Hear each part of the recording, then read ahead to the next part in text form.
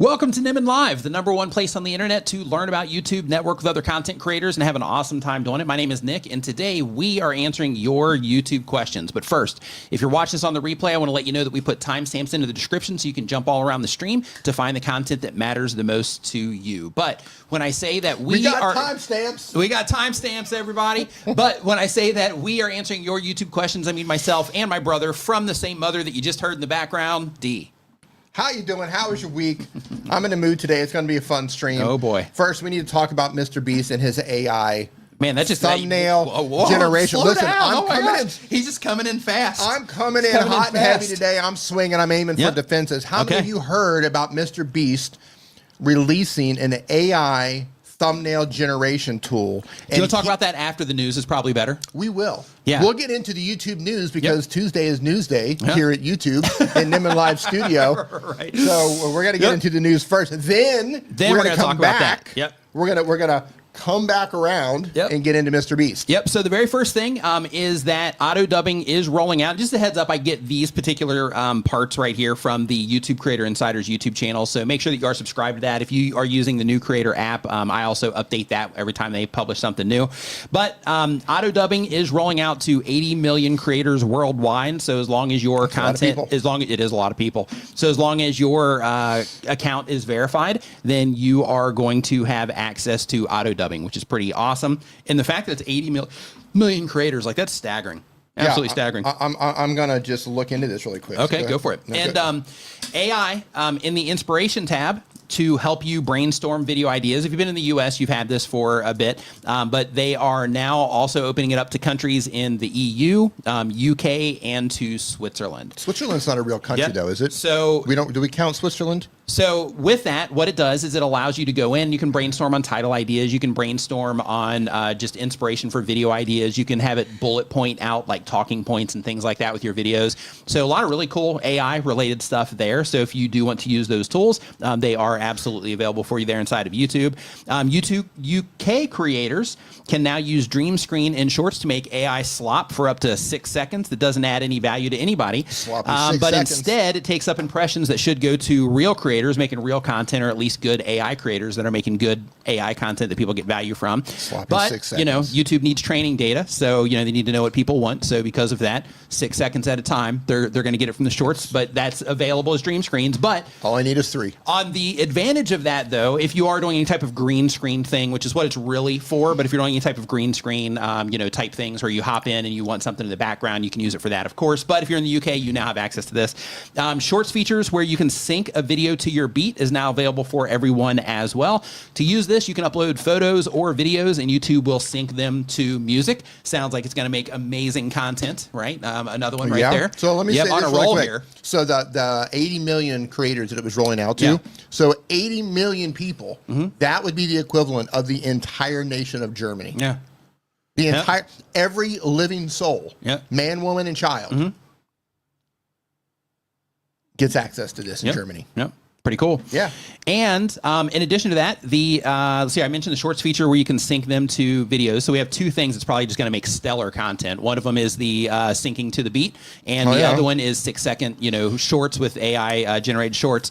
And then YouTube has updated their Shorts for Artist area. So this one is a valuable update for for everybody involved here. If you are an artist uploading to YouTube, and I'm going to drop the information for this or the link so you can explore this one more if you need to.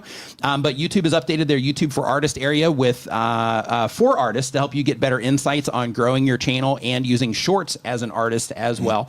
So if you are an artist and you're always like, man, how do I get some traction on YouTube? This is a great resource for you that will just give you information on what YouTube recommends that you do when it comes to getting attention to your music here on YouTube. And when it comes to promo news, we got Andrew K in the house. Andrew Cant in the house. What's up, dude? And for promo news, I do want to remind everybody, because we have 17 days. Andrew K. Yeah, it's like weird when you say it that way. We call him Andy K. Yeah. You don't want Andy K coming, right? You don't want to call Andy K, you're in trouble. But we have 17 days left. So if you were here last week, you heard me mention this, but I'm going to be mentioning it again, I guess, for the next 2 weeks. But Opus Clip, they have a contest running right now to where you can win $5,000, a MacBook Pro, and a consult with me. And for that, all you have to do is, if you have been using Opus Clip, or if you use Opus Clip and you make a short with them, then all you have to do is just make a video talking about that clip and what you liked about it and that sort of thing. But with that, you have to use certain hashtags and all of that. So I'm going to drop that into the chat as well, so you can find out more information about that if you want to participate in that contest. And there is an app update if you are somebody that is using the new Creator iPhone app that we made. It's going to update in a few days with a title feature that we're going to be demoing here a little bit later in the stream. And if you're not using New Creator yet, get on board, obviously. And get on board by going to newcreator.app or looking for New Creator in the App Store to see what it is all about. Let's talk about MrBeast. Hold on. We're going to talk about your app for a second. So it's called New Creator app. And he showed me today over coffee the new title tool inside of the New Creator app. So I just want to let you know, even if you're an old creator, if you're a seasoned creator, who you call an old D? What he's going to demonstrate a little bit later about the title generator is absolutely fantastic. Yeah, pretty cool. And it's completely different from everything else that you've I will be using this. Even if you're an old creator, you're going to want to check this out. It's pretty incredible, actually. Yeah. So talking about MrBeast. So MrBeast rolled out, and his intentions were good. Yeah. His intentions so if you were caught the drama, just what happened specifically? Yeah. So in terms of what did he make? MrBeast. That's what his servants call him. Yeah. MrBeast, would you like your tea? Right. Yeah. Yeah. That's funny. Right when you did that, I flung coffee on myself. That's right. We're off to a great start, everybody. This is great. Yeah. Okay, I use a little bit of force action to get some coffee on you across the thing. So MrBeast owns a tool called ViewStats, and they released a feature within ViewStats to create AI-generated thumbnails. He released it. Now, keep in mind, MrBeast is the largest creator on the platform. Yeah. But by leaps and bounds. Yeah. He was eaten alive publicly. Yeah. Not literally. Like the public came at him. The designer public we haven't came at him. We actually haven't physically seen him since, so could have been literally and figuratively. We're not sure yet. But he was eaten alive after releasing this, to the point that he came back and removed the feature. The argument was that he was putting real life artists out of work by releasing this tool. So what he did is he came back and he released instead of having the AI tool, they now have a list of artists that you can hire to make thumbnails. I think that was a bad move. I think you should be given an option. I do too. So, we heard you. We heard you. You're right. So here's what we're doing. If you want to use AI to create your thumbnails, you can use this tool. Or if you want to hire and support artists, we've got that too. We have that too. Yep, I agree. Because some people don't want to deal with artists. Right. Some people just want to I like how AI generates my thumbnails. Yep. And some people are doing it themselves and they're not making great stuff. And because of that, they might be able to help them out. Yeah, I totally agree. Yeah. Totally agree. Yeah. MrBeast. But if you did see the drama in terms of everybody kind of, taking him to task about that, just letting you know that has been kind of resolved since he has removed that feature now. And he did it, in favor of creators, which I think it's cool that he went through that process, because, he's probably going to miss out on some, money because of that, or him and his partners, not just him. Yeah. But so I think it's cool that he did do that. But I think that, having both would have been a good choice. But, I'm not because everybody, there's already tools that do that. Right. So there's already tools that do there a are, similar but thing, I think coming from him, though, it carries a different amount of weight. Yeah. Like, hey, I built my brand using actual artists and actual graphic designers to make these thumbnails, but now I have a tool so you can bypass all of them. I think the messaging was poor. Yeah. However, I think they should have both options. You built a tool, let people use the tool, but also give people the alternative for those who want to support actual artists and graphic designers. I'm all for that. Yeah. Yeah. So that was the news about MrBeast. There's a lot of drama with that. I refrained from the conversation. I watched from afar. Yeah.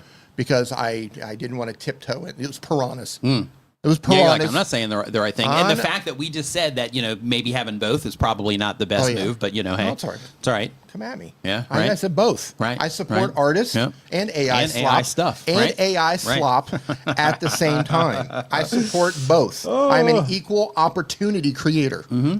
Yep. I'll support either side. Yep. What if you're poor like me? This is a great question. It is a great question. Vet Father says... Then you're probably making them yourself. What if you were poor like me? Okay, If you are poor, that means that you have to learn how to do the thing. Yep.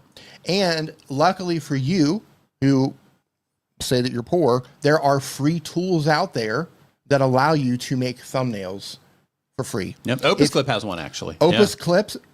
You have opusclips.com? It's opusclip.com / let's see here. They're still kind of fine tuning this. Like, it's not amazing, but it's, like it can give you good inspiration, and sometimes it can give you a good result. While he's waiting on that, if you have a desktop computer, you can use something like photopea.com, P-E-A, photopea.com. You can use a free app called Snapseed. Yep. There are other free graphic apps that you can make these on your phone. There's video tutorials on how to do this stuff.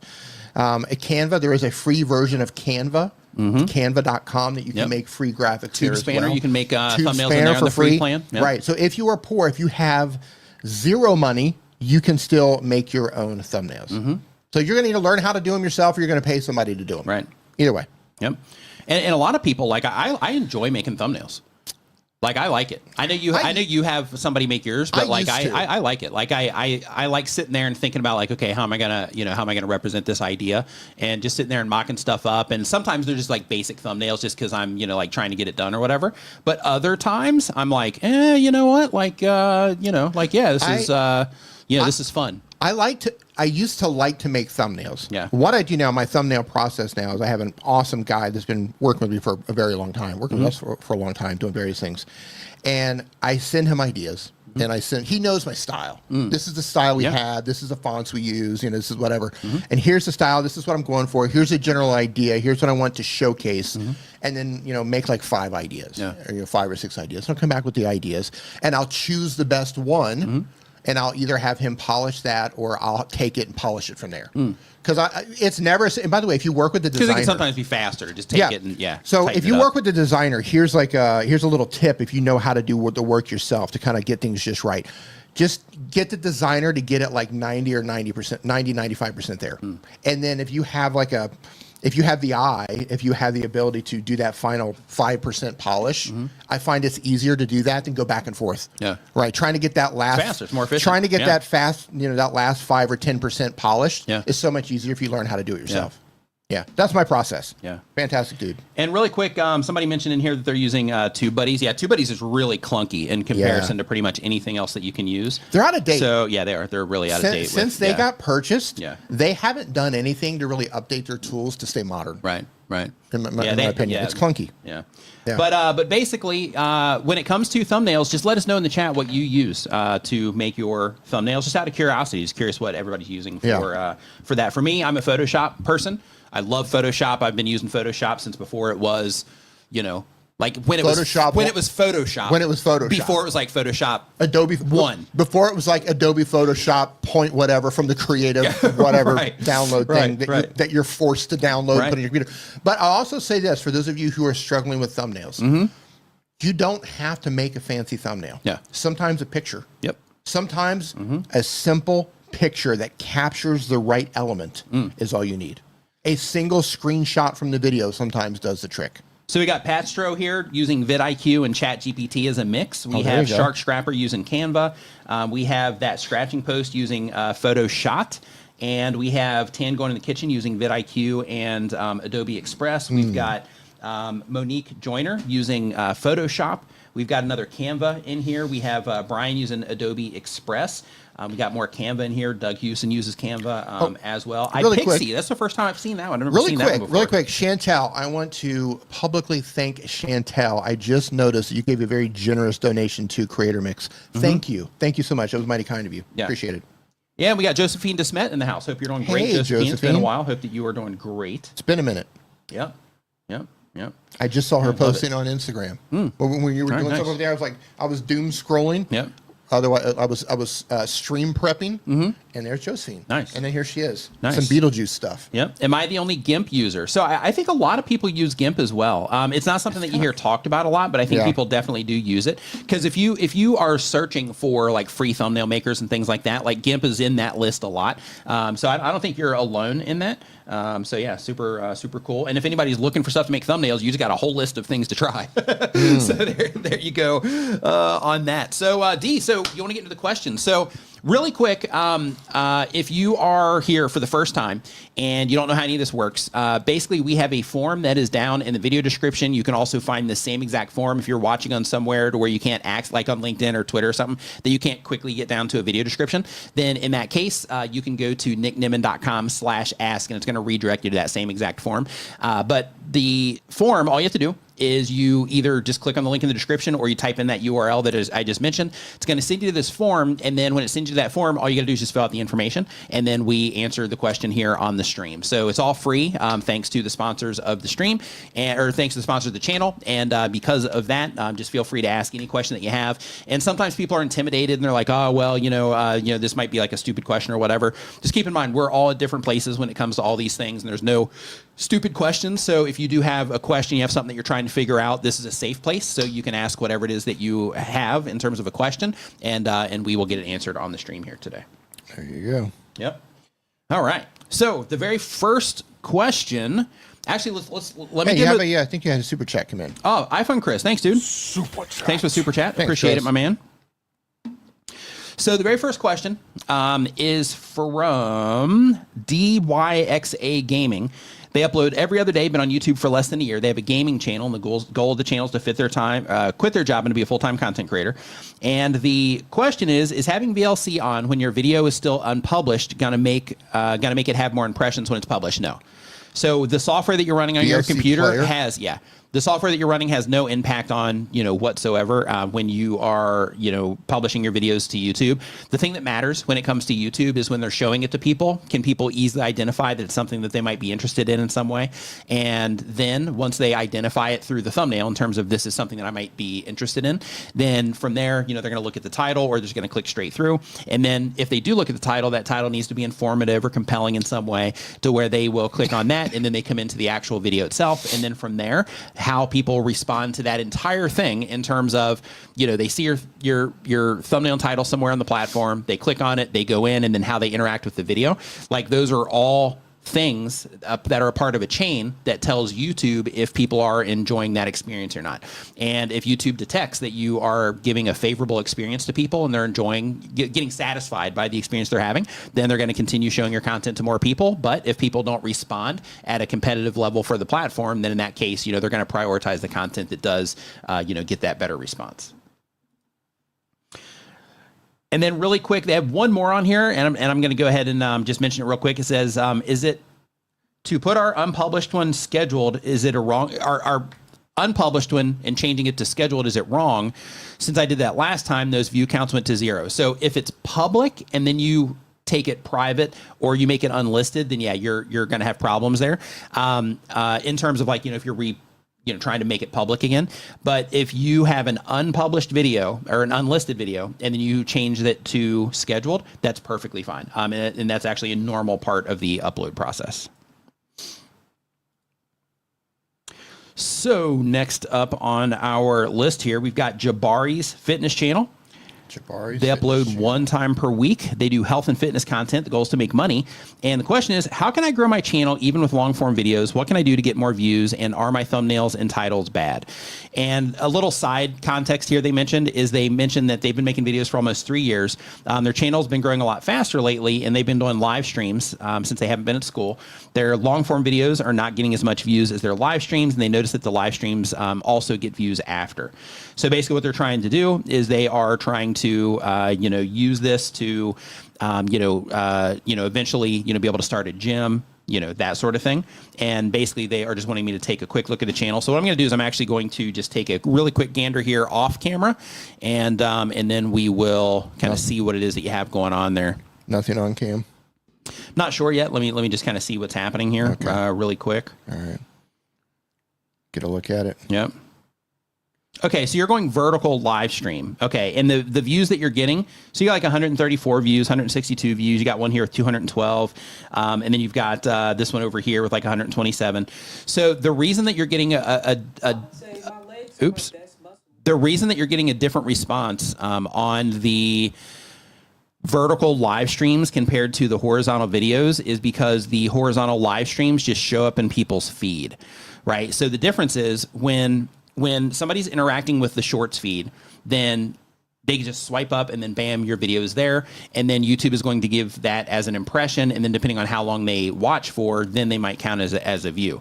When it comes to the long form content, there's a lot more involved because people have to see the thumbnail and title. It has to be something that they're interested in. They have to be able to identify it against all the stuff that YouTube is recommending to them. And then they have to click into it. Then they have to enjoy that content at a level that's competitive for the platform so that YouTube will say, hey, people are really enjoying this. So let's go ahead and, show it to more people who are into this type of thing.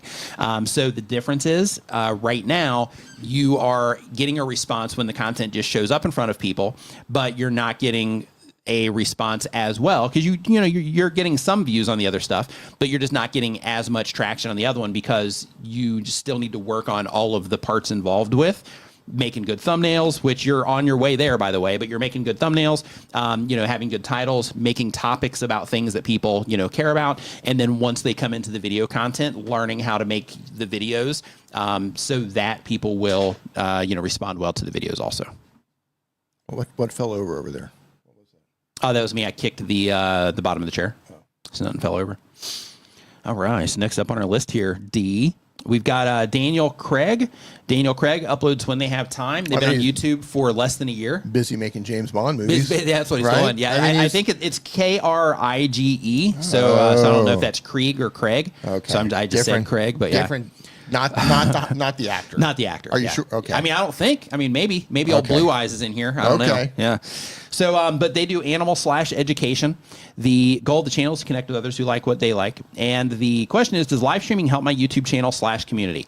If you have people that are hanging out in your live stream and people come to your live stream to interact with you and they enjoy that stream and they have a good time, then yeah, they can be helpful. In terms of just live streaming, and if let's say, I'm actually just going to look real quick. Like if you don't have anyone hanging out in your live stream in that particular case, then it's not super helpful. But if you do have people that are showing up and hanging out in there, then yeah, it can be helpful because you're getting watch time for that. So when you are live streaming, that watch time does count towards your monetization. So yeah, the live streams definitely help. In your case specifically, I know the purpose of this is to connect with others who like what you like. So I'm not going to go too far in this, but one of the things that I think that you need to no, you're fine. You're fine. Yep, you're fine. All right, next up on the list. Next. All right, so we've got, let's see, okay, so we did Daniel already. The actor. Confirmed. Yeah. I'm confirmed. Yeah. That's the actor. Yeah, it's the actor. Confirmed that off screen. It's the actor, I think. Yeah. So next up, we got JJ the Lonely Bull in Asia. They do bi-weekly content, but on YouTube for 1 year or more. They do travel content. The goal of the channel is to make money. And the question is, recently, the Philippines has released a circular NPC circular number, which seems to make it almost impossible for a vlogger. Oh, okay. So basically they have a law now that makes it nearly impossible for a vlogger to legally video in public. Did you hear about this? No, but I saw the tally is yeah, that's a whole other thing. Yeah, probably because of him. But yeah, I think so. Listen, but they passed a law there now to where if you are vlogging, you can't show other people in the background. Good. So in other places where if it's in public, you're safe there. In the Philippines, you can't do that anymore. So if you are vlogging in the Philippines, you have to go into like alleyways and things like that, so that you are not. Showing other people. So you're not showing other people. Yeah. So they're leaning on privacy, that's essentially. Interesting. Yeah. Yeah, good for them. I mean, each country comes up with their own set of laws. Yep. So what's the latest on Vitaly? He's lost a bunch of weight and stuff, but I don't really keep up, on that. So not sure, but I know that I think he got convicted, I believe. Did they convict him? I think so. I could be wrong, but I don't keep up on what he's doing, so like a couple I'm not sure. Of years or something like that. I think it's like 20 years or something like that. It's like a long time. Yeah. Listen, you've messed up. Yep. You have messed up royally. And you have done everything wrong. Yep. If you are in a position to where you're in the media, handcuffed, being paraded around a foreign country's media, a country like the Philippines or Laos or Cambodia or Thailand or Myanmar, Southeast Asia or some other developing country, and you're facing years, possibly decades in prison, you have done everything wrong with your life. That is just insane, man. Yep. Just insane. Yeah. Hey, Salon Guy, DM me on Twitter. I see your message in here in the chat. Just DM me on Twitter. So basically the rest of this, they say that they'll have to blur out every face and mute every random voice in their video. Mute the voices. Many of my YouTube friends have already shut down their channels and deleted most of their videos. In addition, the government in the Philippines are requiring anyone who will video on a social media platform while in the country to register in the Philippines. Can you guys comment as to the legality of registering in a country, even if your channel's from another country? Also, do you see any other countries becoming this strict in the future? And if so, what is the future of content creators doing this type of content? So like we briefly touched on, I think that a lot of what this is about is because of the Vitaly situation, possibly. Maybe they're getting other complaints as well, because I know that I've watched some, content coming out of there, and I've seen, a lot of people that are doing things that are just not favorable to the image of the Philippines. There are jackholes in the Philippines, in Korea, in Japan. Yeah. There are, and almost all of them are American. Yeah. I don't know what Vitaly is, but I'm not sure. A lot of the others are Americans, and they are just making absolute fools of themselves, embarrassing their home country, embarrassing the locals. Right. Listen, as someone who lives in a foreign country, and as someone who has to abide by the laws in a foreign country, I'll say this very, very boldly. While I don't agree with all of the laws some of these countries come up with, and some of them are pretty strict in various countries, I don't agree with them. But if you are in that country and you choose to be in that country, those are the cards the rules you got to play by. Those are the rules, right? You are, by being in that country, regardless of how ridiculous those laws may seem and how much you disagree with those laws, and on the surface, how like it could be that's just nonsense. Why would you do that? Right. If you are in that country, you are agreeing to those terms. You're essentially downloading an app and agreeing to those terms. Right. It's the same thing. Like, I want to be here, so I have to live by your terms, even if I don't agree with them. Yep. So do I think it's overreaching? Maybe. But if the government is trying to look out for their people who are being harassed, potentially, exploited financially to some degree by tourists who are coming there and filming people, I think they have a right to try to protect their people. Yeah, I agree. Is it overreaching? Maybe, but they're trying to do the best they can to protect their people. Will this spread outward?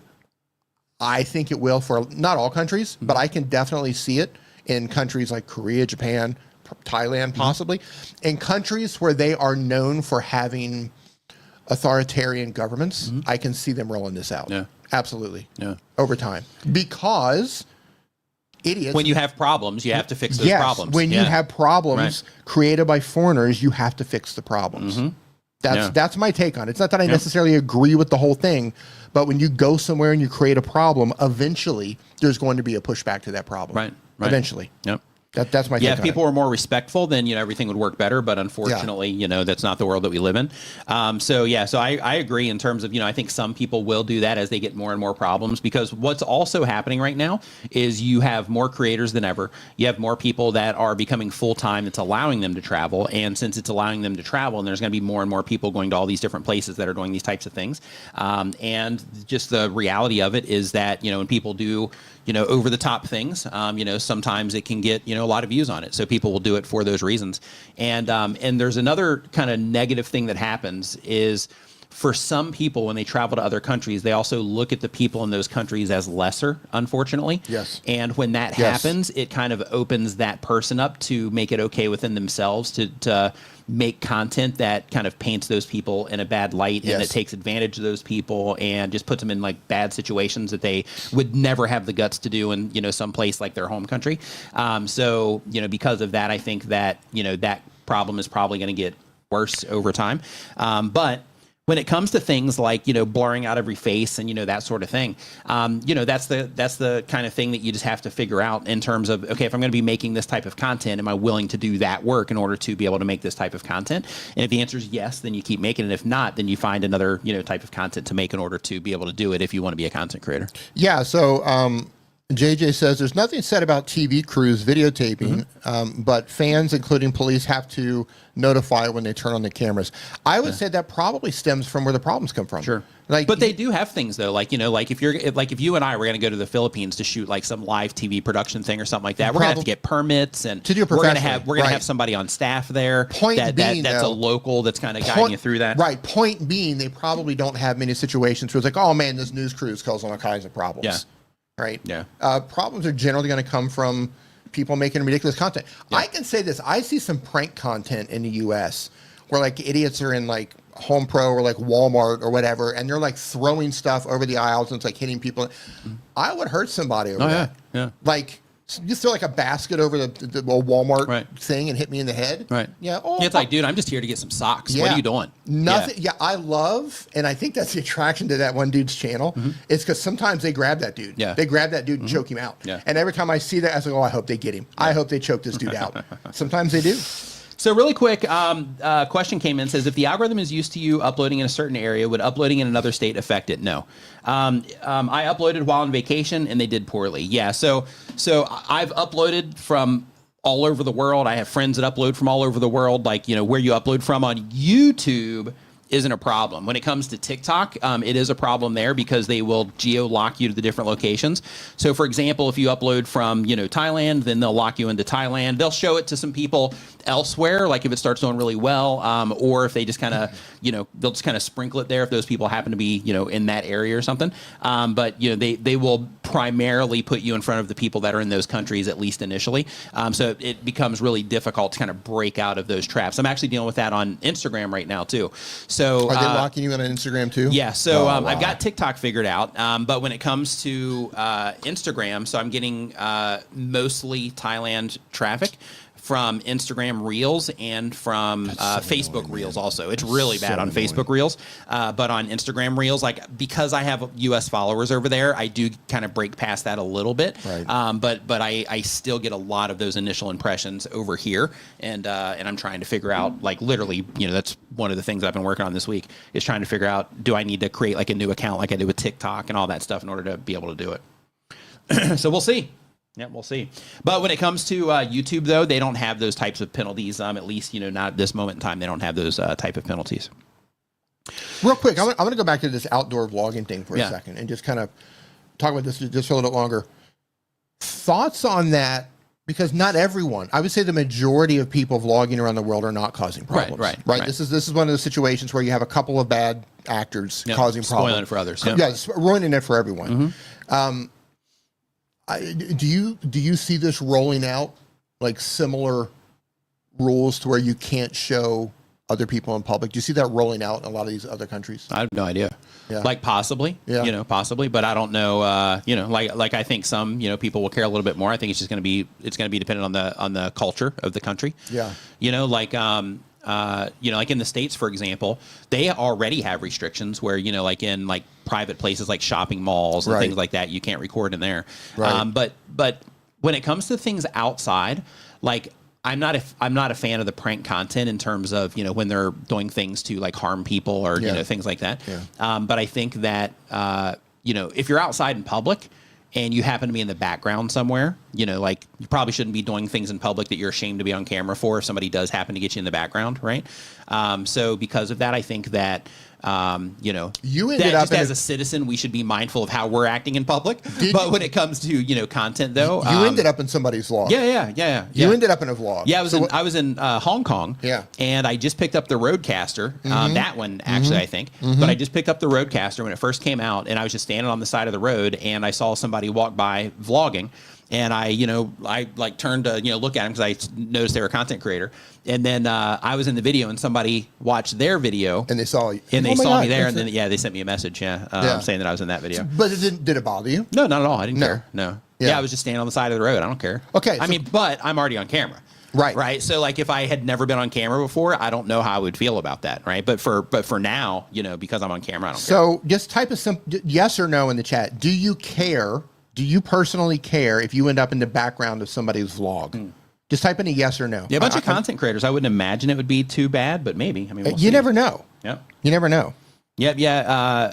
Yeah, Jerry said that he found himself walking in the background of somebody's video. Oh, I love it. Yeah, we got some no's coming in. Yeah, a bunch of no's. Yeah, I think as content creators, I think it's a little bit different, you know, because we're all used to being on camera and that kind of stuff anyway. I think not everybody's on camera though. Yeah, there's a lot of faceless channels out there, and some people are just kind of weird about that. Unapologetically, Sensei says, "Don't care, my felonies are gone." Oh, love it, love it. Yeah, and Dirt off to history says, "I'd rather not be, but I do have personal reasons for that." Yeah, that's understandable. So yeah, I will say this. I think there should be a line drawn, and I believe Chantal mentioned this a little bit earlier, where Australia says you can't film anybody under the age of 16. Yeah. So I think there should be a line drawn for children. Yeah. Like you shouldn't be able to, there shouldn't be kids running around, unless you're there with the parents and the parents. If that were to happen, that would just decimate all of the Disney channels. Like all the Disney vloggers, decimated instantly. Yeah. Going into Disneyland and stuff. Yeah, as soon as that happens, Yeah. Well, but I think there should be something in place there. Yeah. You blur the children's face out. Yeah, Australia just passed a law, or they're in the process of it. And she posted about this earlier too, to where if you are under 16 years old, then you're not supposed to have like social media accounts at all. Oh, wow. Yeah. Interesting. Yep. So that's kind of interesting too. I can't. So we'll see how we'll see how it all goes. Like, I can't disagree with that. Yeah. Yeah, we'll see. What are your thoughts about that? I don't know, man. Like, it's been so long since I've been a kid, and I don't have kids, so I'm probably not the best person to ask, about that.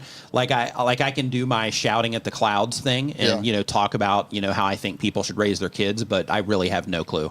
Right? That's just completely out of my my realm of reality at this moment in time. So I'm probably not the best person to answer that question. I think.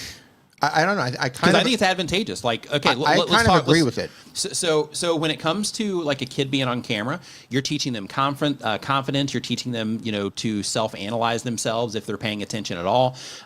So you're teaching them how to communicate, or they're learning how to communicate if they're, trying to get results or emulate other content creators. Like they're going to be learning all these skills, probably learning how to edit videos, learning how to make stuff, learning how to present. So there's a lot of like really valuable skills that come along with it that they would be able to leverage.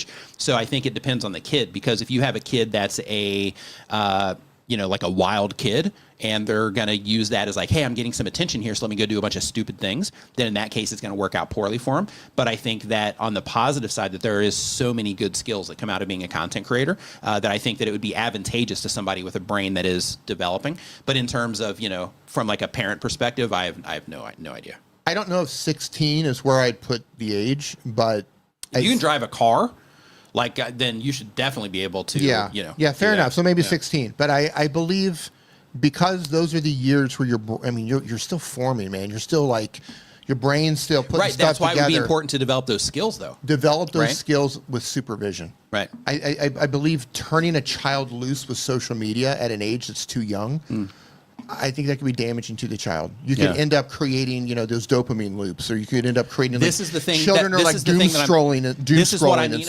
about you and I probably not being the best for this, because saying that they can do it with supervision, but knowing that like a lot of people, especially where we're from, like in the States, like a lot of people are working like full-time jobs, coming home exhausted. They already have all the extracurricular things they have to do and all that stuff, and then putting the social media thing on top of that and saying that the path is to do it with supervision. Like, I mean, it's part of being a parent, I guess. I don't know. But like, I think it's just, adding the thing. But I think with having something like, when you upload this, I have to approve it before you publish it, right? Like, make it and then send it to me, and then I approve it before you publish it. Like, that might be the thing. But again, like, I think we're just out of our out of our element there, talking about talking about that. But you were a child, right? But it's a totally different world now too. It is, but you also understand the dangers of social media. So yeah, I mean, obviously, that's a decision that the parents should have to make. Yeah. But at the same time, I don't think platforms or government should make those decisions. I think moms and dads should make those decisions, not the government. The problem is the moms and dads didn't make the decision. That's why the governments are stepping in. But they're doing it by not making that decision. They're making the decision, right? Yeah. Yeah, I don't know. That's a tough conversation to have. Yeah. So if you say, okay, well, 16's the limit. Yeah. Then what's too young? Right. Can you hand a 6-year-old your phone and just say have fun on YouTube? Right. I mean, they have YouTube Kids for a reason. You're supposed to kids on there. Yeah, I don't know. Yeah. Anyway, let's move on. Yep. Just don't have kids. How about that? Oh, so Life with Ricky problem solved. Life with Ricky is the next question. They upload 1 time per week or more. Kids making little hats in the Philippines or in China or making iPhones or something. Don't let them have social media. Life with Ricky is the next channel. They upload 1 time per week or more. They've been on YouTube for less than 6 months. They do family-friendly comedy skits. The question is, I post 3 new shorts every week on Fridays, Saturdays, and Sundays with 4 days of non-posting during the week, avoiding those low audience viewership days. Should I continue to post in this pattern, or should I save up 30 skits and post them all in a row once for 30 days? What is the best chance at success? The best chance at success is understanding who it is that you're making content for, what you're trying to achieve, and trying to make the best content that you can for the people that you are making content for. That's the best chance of success. When it comes to the videos that you're publishing, instead of thinking about it through the lens of, okay, I just need to make sure that I'm publishing, 30 days in a row, or that I'm publishing on the weekends. Instead, I would just make sure that the videos that you are publishing are good videos. And if you focus on making that the priority instead of the upload, then in that case, what's going to happen is you are going to be publishing, content. You're going to be getting feedback from that content. As you're getting feedback, it's going to tell you the things that people are that are watching your videos do and do not respond well to, and then you're going to be able to use that information to figure out the next, videos that you're going to make, and the things that you're going to do in those videos. And then once you get everything to a level to where you're like, hey, I'm like super happy with the views that are coming in, and now I want to figure out how to scale things up, then that's where I would have that conversation about, considering going daily and that kind of stuff. Now, if you have the time to manage it and you can also focus on improving the content and making content that people enjoy, and you can do that at 30 days, then you will learn faster. But if you're like just making it part of the thing and just kind of making content to get it up, I don't think that's necessarily the best, approach if you're wanting to, make content long term. And the reason for that is because the going 30 days and doing 30 skits in 30 days just for the sake of doing it, like those are really great ways to burn yourself out, because then you're focused on publishing versus focusing on making something good that people enjoy. Question really quick, and I don't want to keep harping on this, but in Australia, did they also limit online gameplay to 16-year-olds, or is it just social media? Do you know? I think gameplay is good too. Like when it comes to gameplay, skills. No, I think it's just social media. It's just social media. I think. I don't know. So they can play games online with others, but they can't have a social media account until 16. Is that correct? To my understanding, yes. All right. Just curious on that. Yep. Yeah, I think games are good too for kids. Like there's science that actually or studies that have been put out showing like how beneficial those are for developments and adults too. So I read one thing where they were talking about how they did a study. I can't remember how many doctors it was. It might have been like a few hundred. But basically, they had a group of doctors that were gamers, and then a group of doctors that were not gamers. And the group of doctors that were gamers outperformed everybody else that wasn't gamers in almost everything. Yeah. Oh, that's interesting. Yeah. Yep. Yeah, I think it's fair to say that anything is okay in moderation, within reason. In moderation, it's okay. Keep the kids off the doom scrolling. Right. I think that's where everything goes wrong. Because then you're doing something. Yeah. So at our place we had an issue with one of our CCTV cameras, right? And the guy that came out to fix the cameras, he brought his son with him, okay. And his son fixed it, and his son was helping him work, and all that stuff. But he was a young kid; he's probably like 12 or 13 or something. That's perfect for here. And put him to work at 12. Yeah, so he came and he was helping his dad do all the stuff around the camera and everything, right? And mix the toxic chemicals and all that, right? Yeah. But the dad said that he said basically, the kid can come with me and learn to do stuff and learn skills, or he can sit at home and just stare at his phone the whole time. No. Valid. So yeah, valid. I think that get him out there, get him working. Right. Yeah. Just to let you know, this was made by a 11-year-old. Christina Smallhorn in the house. What's going on? Christina. Says happy 4th of July this Friday. Just to let you know, appreciate that. Really? Yep. Goes quick. Yep. Wow. We are again. Happy 4th of July, Americans. This coming Friday. That's crazy. Yep. So the next channel that we have here is from Drift Off to History. They upload every other day, been on YouTube for less than 6 months. The type of channel is AI history documentaries for sleep. The goal of the channel is to be a full-time content creator. AI documentaries. And the question is, I'm looking at ways that I could monetize other than ads. Do you have any suggestions? So because you're doing it for sleep, you're in a little bit of a unique position compared to most content creators. And the reason for that is because of... Here's what I would do, because I have problems with sleep. Go. Yep. Yeah, because I have unbelievable insomnia sometimes. If you're doing anything for sleep purposes, I would try to sell products that help people sleep. I would not just generic stuff. I would actually go and try to find the best things, the best earplugs, the best face masks, the best melatonin, the best vitamins, the best magnesium, whatever. I would try to find the best things that I could actually help people sleep. And I would try to bring attention to that. That's what I would do. Yeah. For someone who struggles to sleep. Yeah, I mean, you could do generic too, like, pillows and things like that. Too, yeah, pillows. Yeah, eye masks, anything like that. Yeah. Yeah, it's just the downside that you're going to run into. Like, you can get those things in place, find like really good things on Amazon or whatever and do those. Or you could do like your own merch and, do pillows and things like that related to that. You could build a shop around sleeping and just use your channel as a traffic source to the shop. Yeah. Yeah. Absolutely. Right. Yeah, that's good. Yeah. Like your shop isn't about your music. Your shop isn't about your YouTube channel. You build a shop about helping people sleep. Yep. Because that's who's interacting with the content. Because that's what your audience is. So you have an entire shop of products that help people sleep that you can drop ship or affiliates, however you want to set that up, and then just use YouTube as a traffic source. Yeah, don't connect that shop in any way to an actual YouTube channel. Yeah. It's not about your channel. It's about helping people sleep. Yeah. But he doesn't mean don't connect it. Like you can still connect it, so those those options show up underneath your videos. But yeah, that's a great suggestion. I think that's fantastic, D. Yeah, yeah, and sleep product sponsors as well. Yeah. So next up on our list, we've got Travel Advice Norway. The goal is to teach others. And the question is, I'm planning a companion app for my channel thanks to Claude Code. Yes, Woo! Another one. Woo! Thanks to Claude Code and 20 years experience in development, it's now a piece of cake, like 50 times human development speed. Hey, look, if you're a developer, if you've been a developer for 20 years, I just want to take I just want to take a moment to just appreciate you.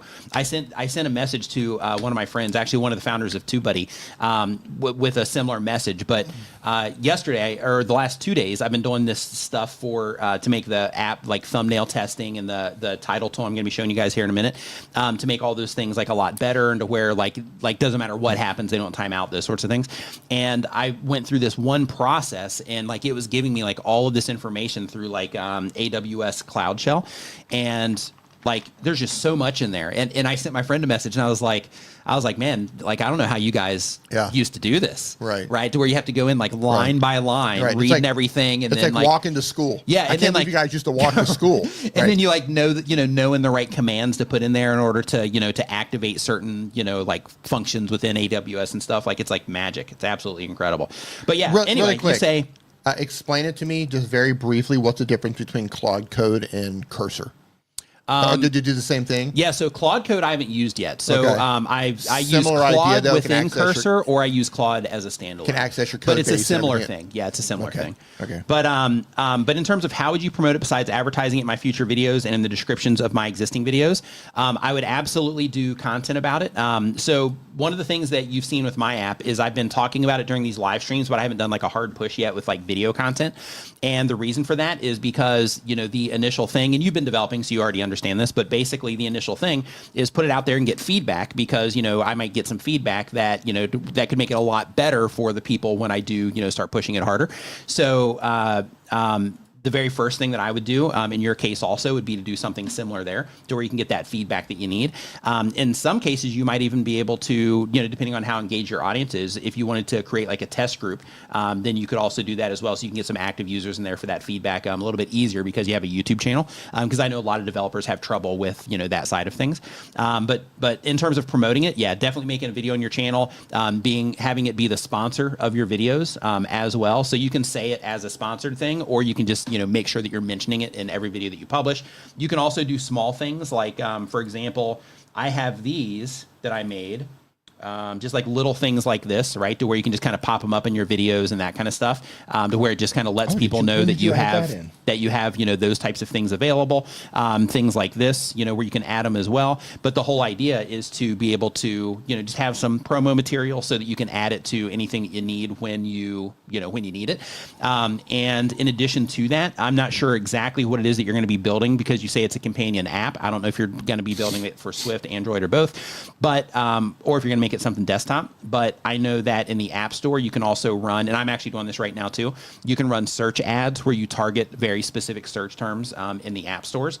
So if you're doing that, then in that case, every single person that it shows up in front of, if you target it right, is a good candidate for that particular, thing that you made. I've gotten like a bunch of installs from that. Those types of things are effective. When it comes to other platforms, like there's a lot of complicated stuff that you can do as well. So for example, right now in this live stream, one thing that I could do is like we could talk about AI, and then I could have like I could build a web page on my website for my app or another website. And then I could add like a Facebook pixel to that. I could add a Google pixel to that. And then I could send everybody over there for that free thing. And then once I send them there for that free thing, then it's going to get them pixeled in. And then that allows me to be able to advertise to people more accurately in Google ads, on YouTube ads, and anything that I do with Meta. So you can do that kind of stuff as well, to where basically you are using kind of lead magnets or free stuff to get people essentially pixeled in, so that when you do advertising, that you can target things, a little bit better that way. And you can also use that for like lookalike audiences and that sort of thing as well. So there are more complicated things like that you can do as well. But in terms of your YouTube channel itself, definitely making videos, putting it in your video descriptions, that kind of stuff without question. You mentioned YouTube promotion here. You can do that also. Like when it comes to YouTube, you can target search terms. So if you have somebody, when it comes to advertising, so if you have a very specific problem that your app solves, then you can have your thing show up there when people are looking for those things. You can make dedicated videos about it, and then you can have advertise those videos through YouTube promotions or through Google Ads, and have those things show up when people are looking for stuff. So there's different ways that you can do that sort of thing too. And speaking of, so really quick, for those of you that are using the app, and for those of you that haven't seen this yet, so basically what I did, and for those of you that are using this already, this is going to be available to you very shortly. You're going to show the... Yeah, because basically it has to be submitted to Apple tomorrow. And then it usually takes, usually like 24 to 48 hours before they actually approve it and make it live, as long as they don't run into any issues when they're approving it. So you should get this in like, say, 48 to 72 hours. But it's really cool, and it's completely different when it comes to making titles. So I'm going to show that to you here really quick, and then we're going to get back into the questions. So first, let me pull this up on screen here. Yep, you got it. Yeah, I'm trying to find the one that I had in here earlier. Wrong one. Nope. Nope. Where did it go? I don't know. You built it right there. You built it. There it is. Okay.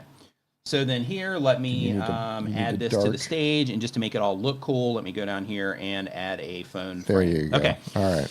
So basically, with all the other title tools that are out there, one of the things that happens is you have to come up with the title yourself, and then you drop it in there, and you just have them essentially redo your title in a bunch of different ways, or reframe your title in a bunch of different ways. With this one, it works differently. So how this works is you actually just describe your video. And then if you are targeting keywords, you can mix that into there as well if you want. You can also choose the category of your video to kind of fine tune things. But basically, like, let's say, for example, give me a video idea, D. Give you a video idea. Yeah. Let's do a video idea. Just something that you've made a video about. Let's talk about the new CapCut video. Okay. Yep. So let's see here. So what's the video about? The video's about the new terms of service. Yep. CapCut changed their licensing agreement, and it's unfavorable to creators. Unfavorable for, I was going to use unfavorable. Okay.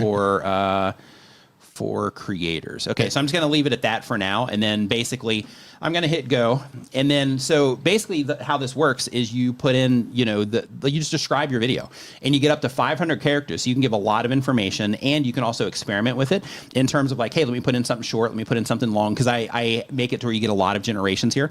So basically what it does is when it gives you titles, because one of the things that you always hear us talk about is like targeting your content, right? So like, okay, are you search targeting it? Are you making it to where it makes more sense for like YouTube's recommendation system, that kind of thing.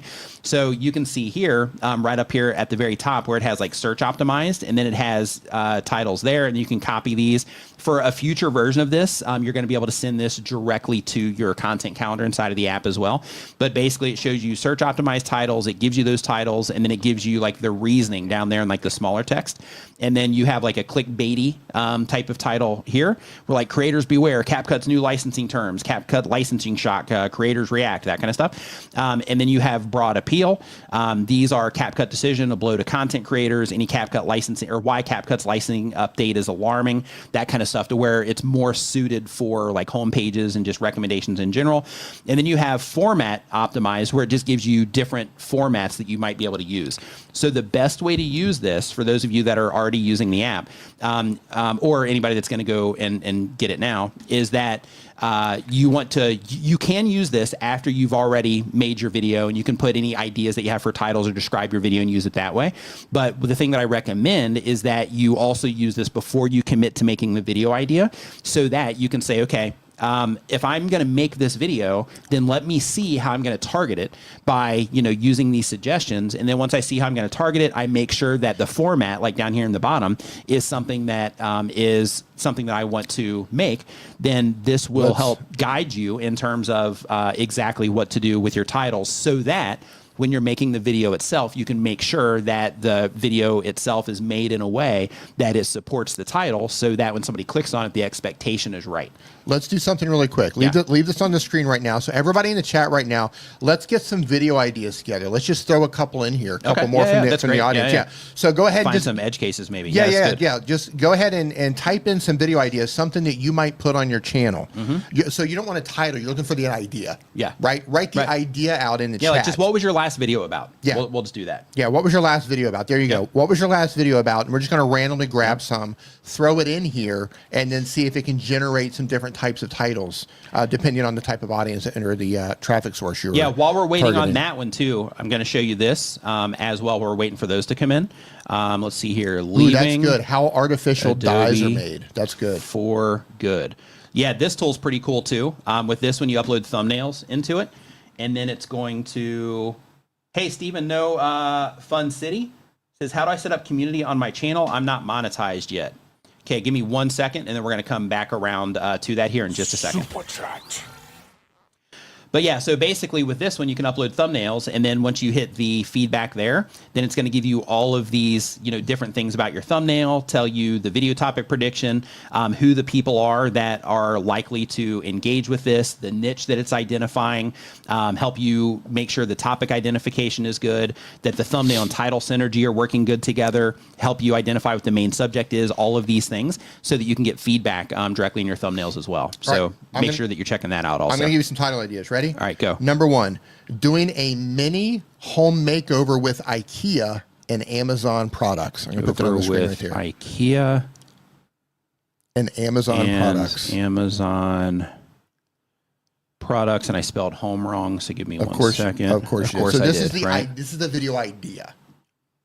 Okay, that's fine. Yeah, we have a couple. Okay, so yeah, so we'll let this go here. Yeah, I love that little icon, Yep. That's like your dog running around in circles, I know, chasing its tail. Popcorn, yeah. Okay, so transform your home with IKEA and Amazon finds. Pretty cool. This is for search related. Yep. Okay. I mean, really, you can use these like across the board, but this is just kind of broken down in this way. And then mini home makeover ideas with IKEA and Amazon. IKEA and Amazon products for home research. Before and after IKEA and Amazon decor magic. Oh, that's cool. I like that too. You won't believe these Amazon and IKEA upgrades. Also great for recommendations. See the amazing changes IKEA and Amazon makeover. Easy makeover IKEA and Amazon home ideas. Stylish home updates with IKEA. Yeah, you get the idea. So yeah, these are pretty good results as well. So I'm happy with those. Let's try another. And then what's another one? Yeah, we'll do one more and then we'll. Stop saying no say. Say this instead. Like no say, like N-O and then S-E. It's Spanish. Oh, stop saying no say. This is a little bit of a weird one here. Yeah, this is. So this might kind of close that gap and say no's because I don't have the accent marks and stuff. So yes, I'm not sure how this one's going to work, but let's try it. Yeah. Right? It's an edge case. So yeah, let's try it and see what happens. N-O-S-E. Stop saying no say. Say this instead. What does no say mean? D? Because I know you speak Spanish. I don't know what it means. Oh. I don't know. Yeah, because I don't have the accent marks and stuff. I'm not sure. Did you say this instead? Yeah. So yeah, so we'll see what this is. Improve your Spanish. Oh my gosh, it picked it up. It did? So yeah, improve your Spanish. Wow. Stop saying no say. Why you should replace no say in Spanish. Alternative phrases for no say for fluent Spanish. Yeah, I know what it means, guys. The surprising. You do know what it means? It means I don't know. Oh, yeah, okay, got it. Yeah, I didn't know that. Yeah. The surprising truth about saying no say. Discover what what to say instead of no say. Yeah, these are good too. Yeah, nice. It picked it up. Yeah. Completely picked it up. I was expecting to need accent marks and stuff. Nailed them. But yeah, anyway, so this feature is going to be in the app, and it's going to be available publicly within the next 48 to 72 hours. So if you're already using this, then this is going to be available for you. If you are not using this yet, then make sure you go to newcreator.app. It's pinned at the very top of the chat. And also, just as a heads up, and I'm going to add some more to this, but with every feature in the app, if you look at the very top right-hand side of the screen, there's a little info icon. And these info icons kind of teach you things along the way. They teach you about using the tool. Thank you, Scale Train Station. One person got it. Oh. Yeah. But they teach you about using... I don't know. They teach you about using the tool. And they also give you, some tips about that as well. And other things for example, in the content calendar, inside of that one, it does things it'll give you a bunch of different title templates and things like that you can use inside of there as well. So, but anyway, check it out at newcreator.app if that's something you're interested in. And if you're already using it, keep an eye out for that feature because it's going to be showing up here within the next few days. All right. That's really cool. Pretty cool. Yeah, I'm happy with that feature. Gotta remove these media assets. How to get you back? I already got it. Okay. Yep. Yeah. So I'm surprised it got that one. Yeah, I was too. Yeah, that one for me. 'Cause when you said the Spanish, I was like, "Oh, great, we're gonna throw something Spanish in here. We're gonna break it now." But it handled that too. So yeah, super pumped about that. Yeah, it's good. So yeah, in terms of the community, so you need to turn this on. When it comes to the community, you have to turn it on your phone. So what you have to do here, I've already done this, but let me make sure here. Yeah, you have to go to your actual channel page and then go to your posts. So as long as you have posts, you're going to be able to do this. And then once you are in here, then if you have that feature, you should be able to turn it on right there in that particular area. Ed said, "Hey Ed, how you doing?" He says, "When's the Android version coming?"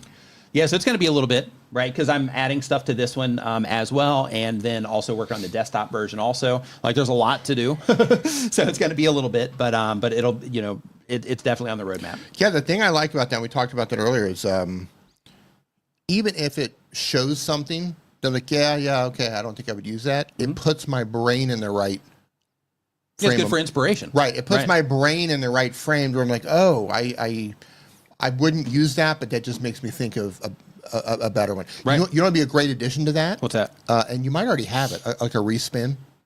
Do you have that on there? So that particular area, I was telling you over coffee that I was doing a whole workshop area. Right. So so that's going to be in the other feature that's there. Right. So there's also another feature in there that is just not ready yet. So that's why that one's not going to be available here in the next few days.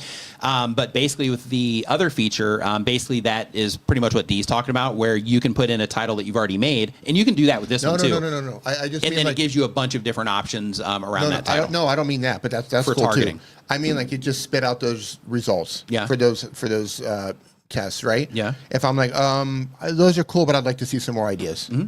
Oh yeah, then you can regenerate. Then you regenerate. Yes. It already has that. Yeah.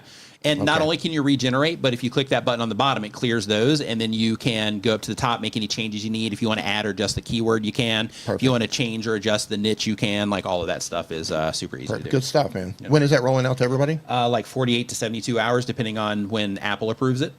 Yeah. Awesome. Yep. Awesome. So next up, we got Gross Brothers Paradise. That's probably the best title generator out there, I think, in terms of how it's breaking it down. And it'll get better, too.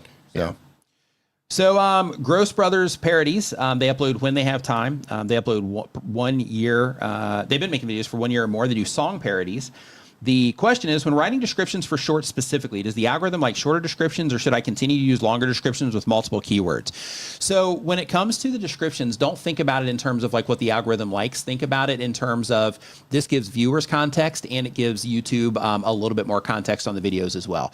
So the thing that's going to matter the most when it comes to your videos is how people respond to the actual content itself and how often they're actually clicking on it and all of those things.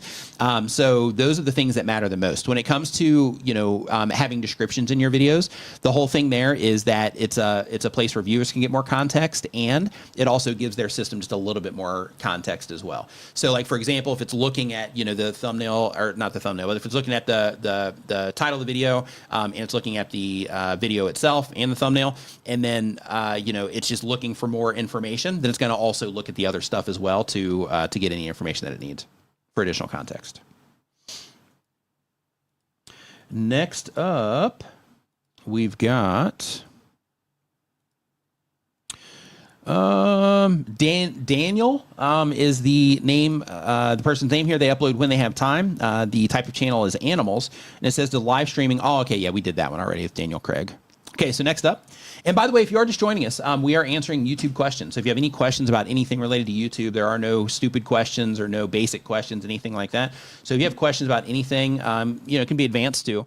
But if you have questions about anything, feel free to put it in the form that is down in the description, or you can go to nicknimmin.com/ask, and it'll send you right to this form. So it doesn't matter what platform you're watching on, you can still get your question asked. So if you are, wanting to, if you got any questions, then you can drop it into the form. So next up, we got Dr. Yanis.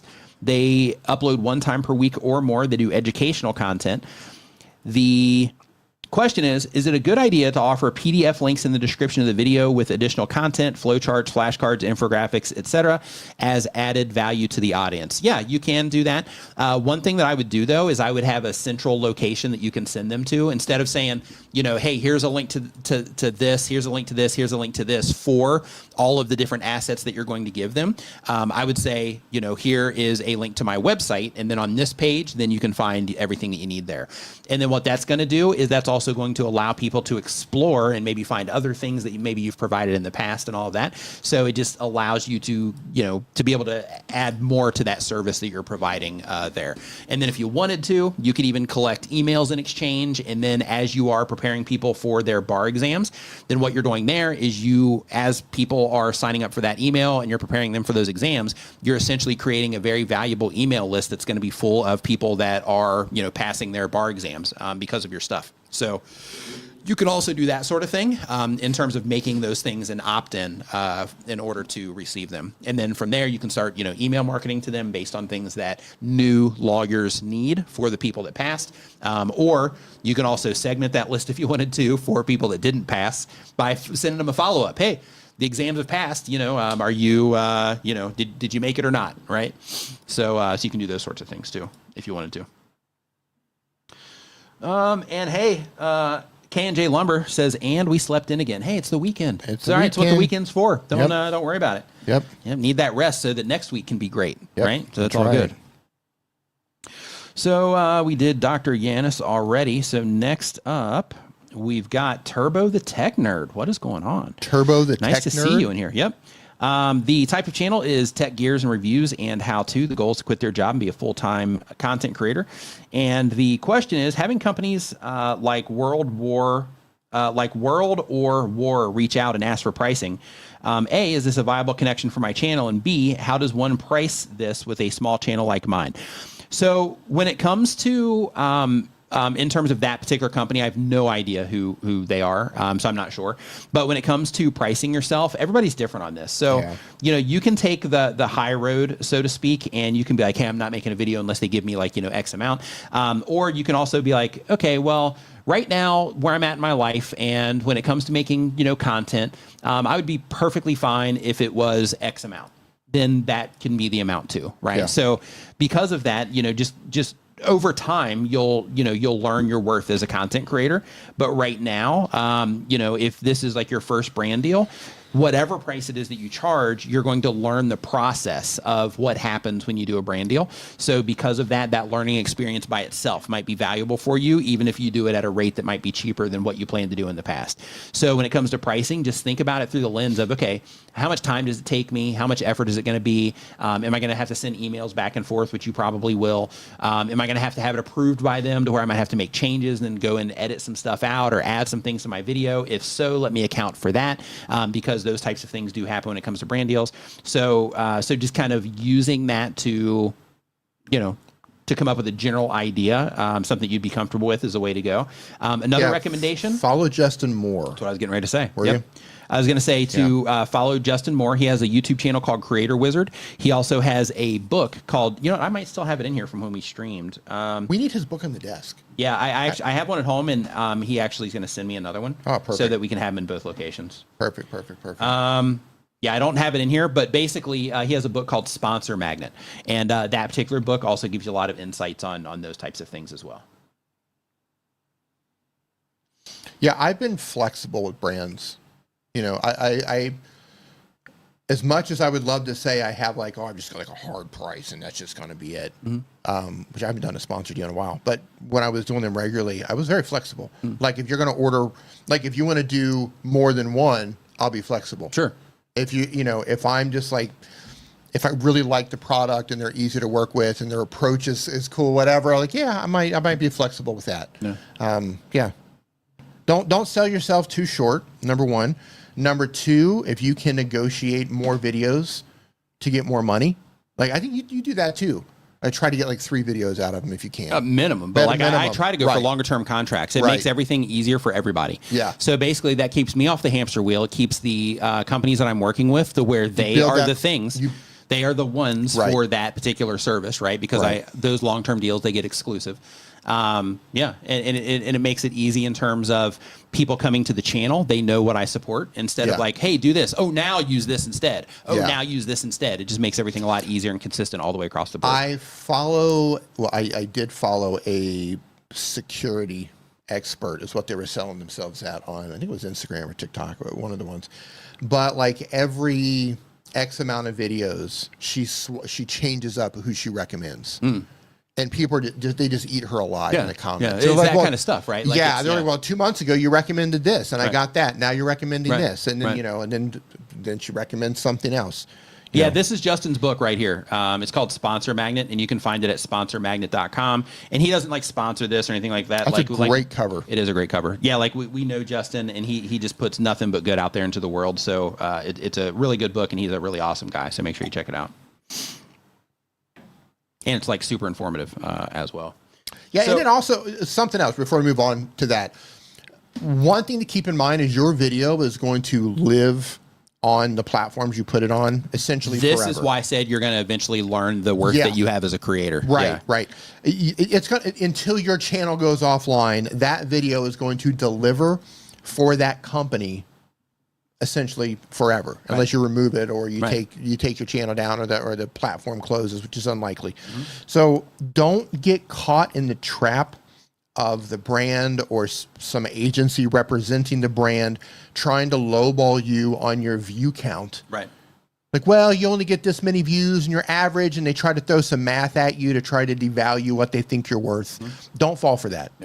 This is going to live online forever. They're going to get promotion for your video forever. So if they try that on you, don't Other things too, if you are a smaller creator, then a lot of times people will lowball you as a smaller creator because of what's currently happening on the channel. And it's also important just to recognize that if you are somebody that's serious about this, if you're like a hobbyist and you're not sure if you're going to be doing it again, if you're still going to be doing it in 6 months, then it's a little bit different.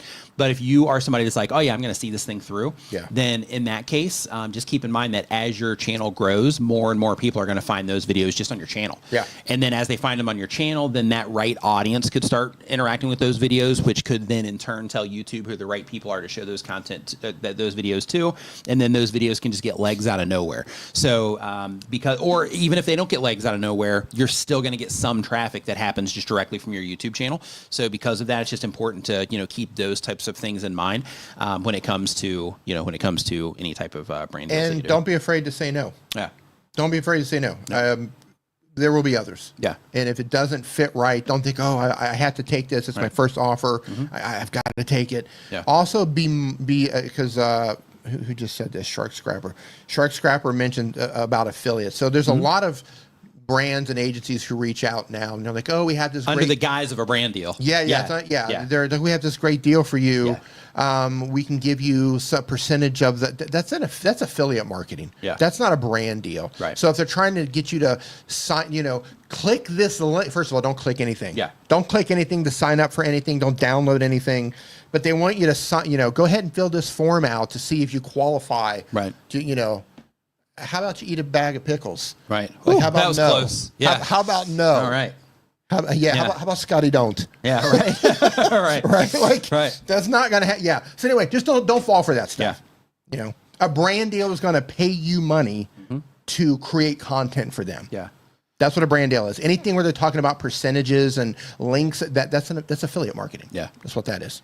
Yeah, so Shark Scrapper here says they've been turning around a lot of affiliate deals because they just don't fit no matter how much they say they love my channel, but clearly have no idea what it's about.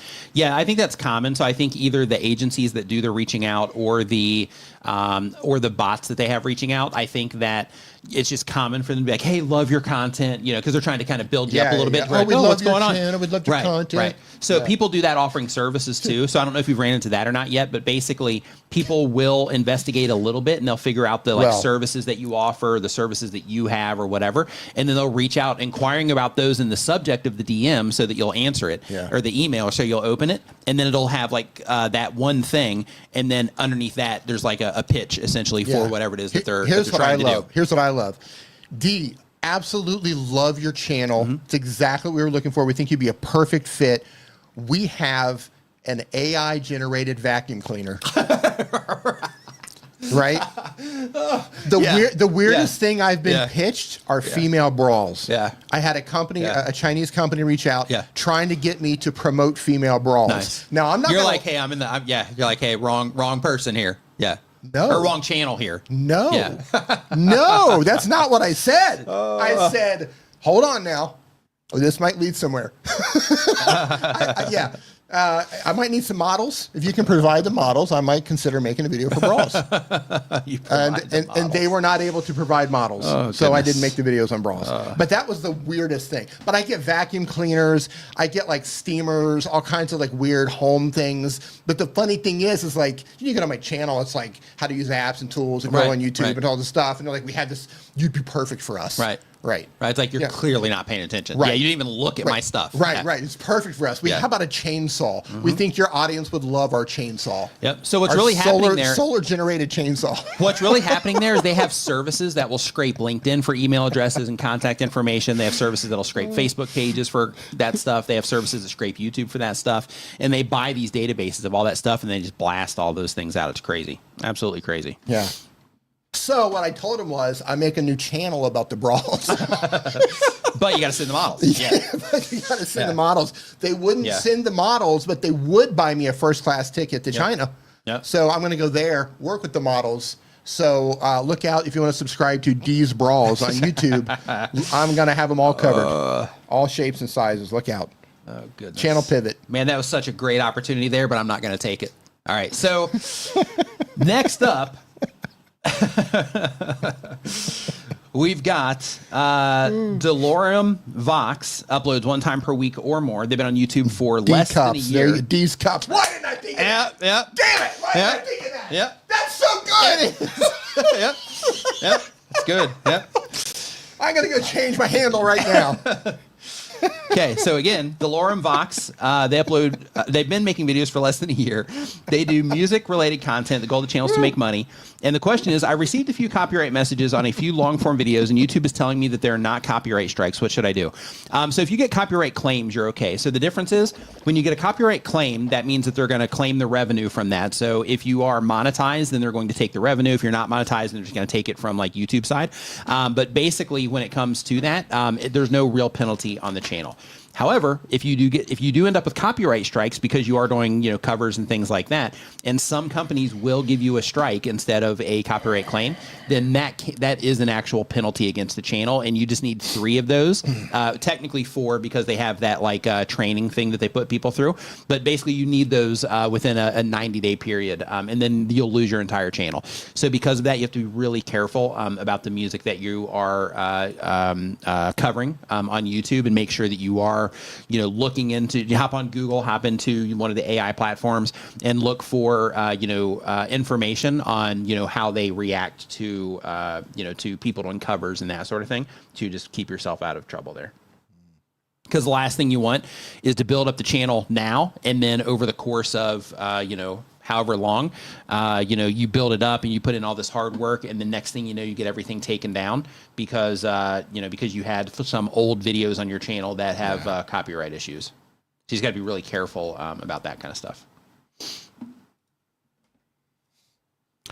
So next up, we've got Doug Houston YT. Hey, so Doug, he made a browser extension. Okay. So Doug's making stuff now too. So he's using the AI coding stuff. So he made an extension for headers to look at channel headers. Okay. Super cool. So his has a feature that mine didn't have, where with his, as soon as it loads up, it actually shows a grid over all of the different elements of YouTube also. Do you have it? I've actually got 2 things to talk about when it comes to channel banners. So the very first is Doug's thing there, and I just like that first version there. And then the second thing is Chantel Hill, who's in the chat right now. She has the best channel art template I've ever seen. So I saw Eileen. Eileen tweeted about this, and I was like, I wonder what's so interesting about Chantel's. And with Chantel, she made it to where all the other ones that you see everywhere, they just show the desktop version and the mobile version. Okay. With Chantel, she shows the desktop version, the mobile version, the TV version, and she also shows like the TV hotspots in terms of like, okay, the TV puts your like about me or your channel name and all that stuff over here, and like the video or that, not the description, but like all your channel info and all those things over here. And basically it shows all of the different things that happen on the TV. Really, really cool. I'm actually going to put a link to that in here if I can find it here quickly. But it's a great, so there it is right there, bam. So if you are somebody that is struggling, like if we pull your channel up, and I just put it in the chat here, but if you are somebody to where when we pull your channel up and we're like, hey, you don't have this optimized for TVs or for these other things, get her thing here. It's free, completely free.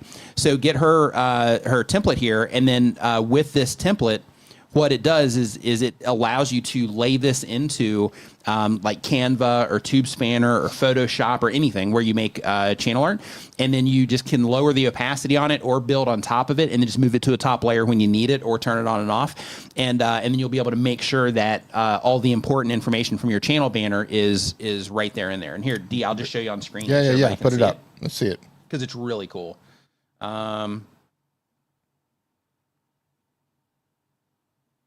Yeah, it's this one. It's this one right here. Oh. Yeah, so you can see here how she's got the TV About section, the TV first playlist title, the long playlist description, TV first playlist. So, for example, like on mine, I've got all this clear up here. I've got all this clear right here. And you can see everything that you need that's important. But I've got this big inspirational message at the top. But I was like, you know what? I should actually redo it, based on, what you actually see on a TV. And I was thinking of making something like this, so for myself, so that I could, kind of lay all that out properly. But then I saw that tweet from Eileen, and I was like, all right, let's use hers instead. So, but it's great in terms of showing all these different things that are going to get covered up essentially when it comes to. So I don't watch YouTube on a TV. So this red part here that says TV About section. Yeah. This is a. Yeah, so this shows just like stuff about the channel, like your channel profile picture, like that kind of stuff is going to be over here. So if you go to someone's channel page, that's how it's going to show? Yeah. Interesting. Yeah. Yep, very cool. Yep. Yeah, so nice work on that, Chantel.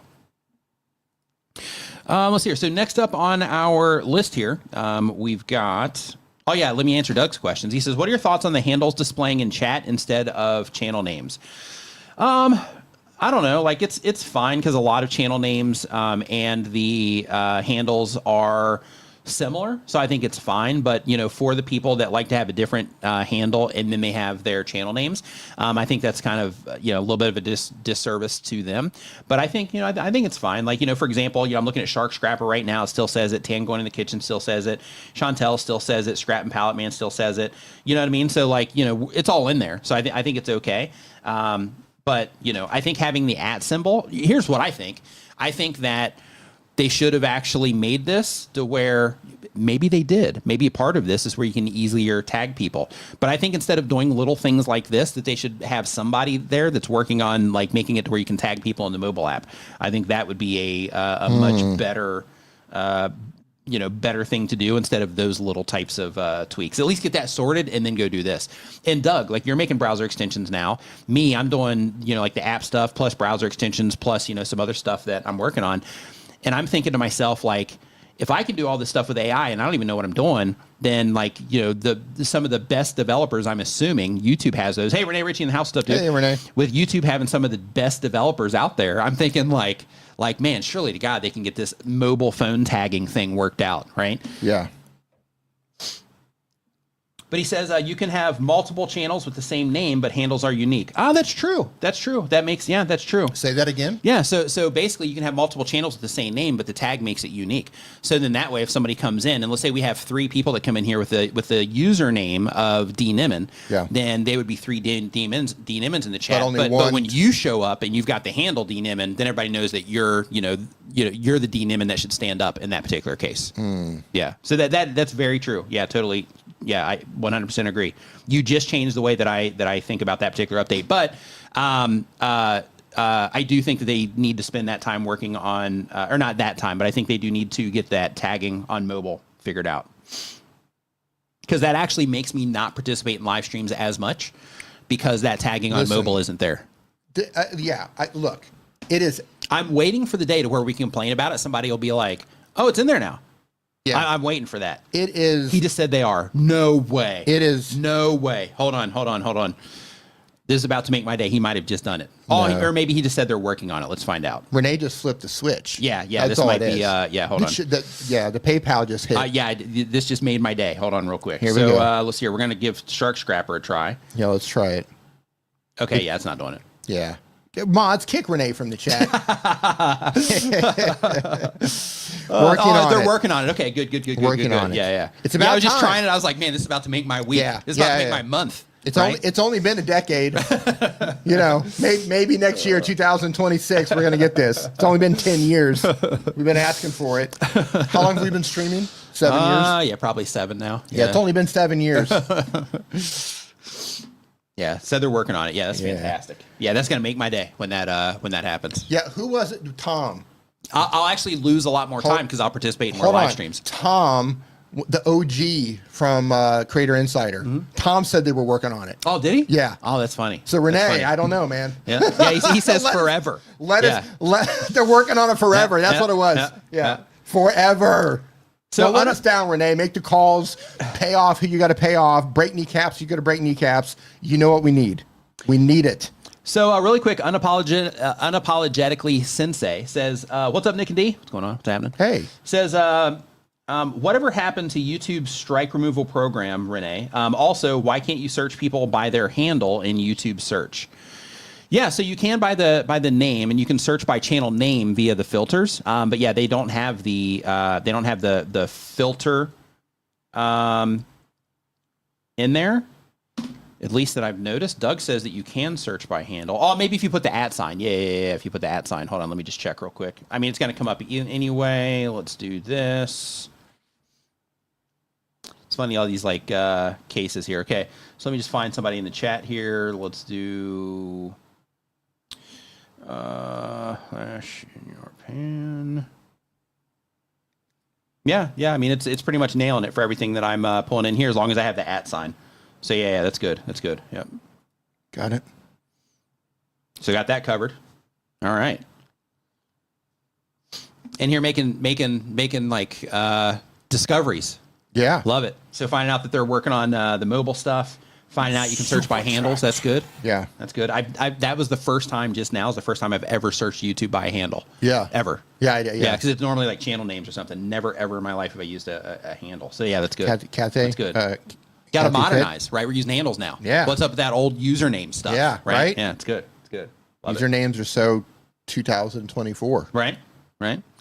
So Real Suds NYC. You got a super chat from Kathy Fit. Oh, it says, can we change different channels to the same email, says Cathay Fit. So here's what I recommend that you do when it comes to that is I recommend that you have different accounts and then you give yourself management access. And then that way you have everything connected in the event that something gets compromised and you can enter through the other ones as long as you don't get booted out. So that's the thing that I recommend when it comes to that so that you can have kind of fallbacks in that regard instead of, trying to connect everything to one and basically, kind of putting everything, making it easier for people to get access to other stuff. So next up, we've got the Real Suds NYC. They upload every other day. They do skincare content. And, you can for AdSense. Yeah, you can connect multiple channels to one AdSense account. The type of channel is skincare. The goal is to be a full-time creator. And the question is, based on your expertise, what is missing from my channel? Let's just take a real quick gander here. See what we got going on. A gander? A gander. Yeah, so in your case, one thing that I would definitely do, and I'll just go ahead and pull it up on screen here because, hey, why not, D? Yep. Right? Let's go. Put it up. So, are we going to do the thing? Not the full thing, but we're going to do the thing. Okay. So, so the very first thing that I would recommend on yours is the thing that matters to the viewer here. There's going to be two main things that matter. The very first is the cucumber soap text that you have on there. The second thing is actually seeing the cucumber soap. So one of the things that are going to be the most impactful for grabbing somebody's attention that is into this stuff is the thing that you are showing the least.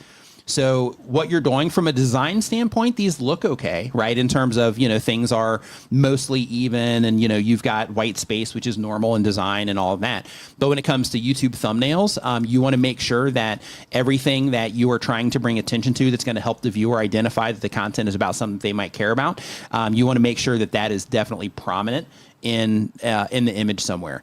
And right now you're putting the least amount of emphasis on those types of things, and you're putting more emphasis on all this white space that's around it, which does help focus you on the text, which is good, but I would experiment with, because YouTube has the A/B testing tool now, which gives us the opportunity. It looks like you did this for some other videos, but it gives us the opportunity to try these types of things and say, okay, let me make one thumbnail that looks like this and then test it against a thumbnail that's just a photo, whatever this is here in the background, that's just a photo that fills up the whole thing. And then let me do another one that is that photo and then maybe with some text over it, maybe off to the side or something in the same place. But it, is done in a way to where it stands out and kind of pops off the image a little bit. So that it does pull the attention to give a little bit more clarity, maybe what's there.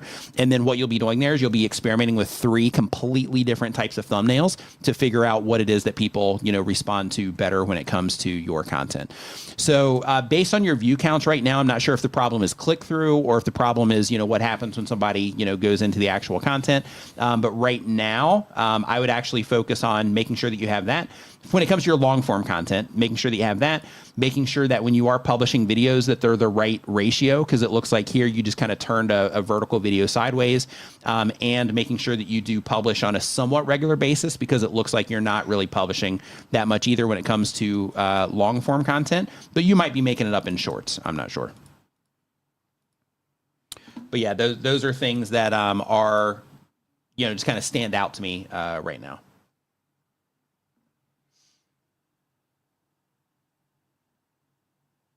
Okay, so really quick, super chat came in. Thanks for the super chat. I got it. Says, I cleaned up my channel, 2021 old. I unlisted a bunch and now focusing on one theme. Views are still in the double digits.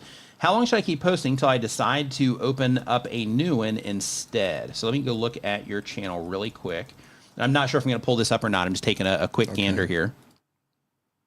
Okay. Yeah. So in your case, you've been making this same type of content really for a month. So keep going, right? Like you haven't even really kind of seeded it yet.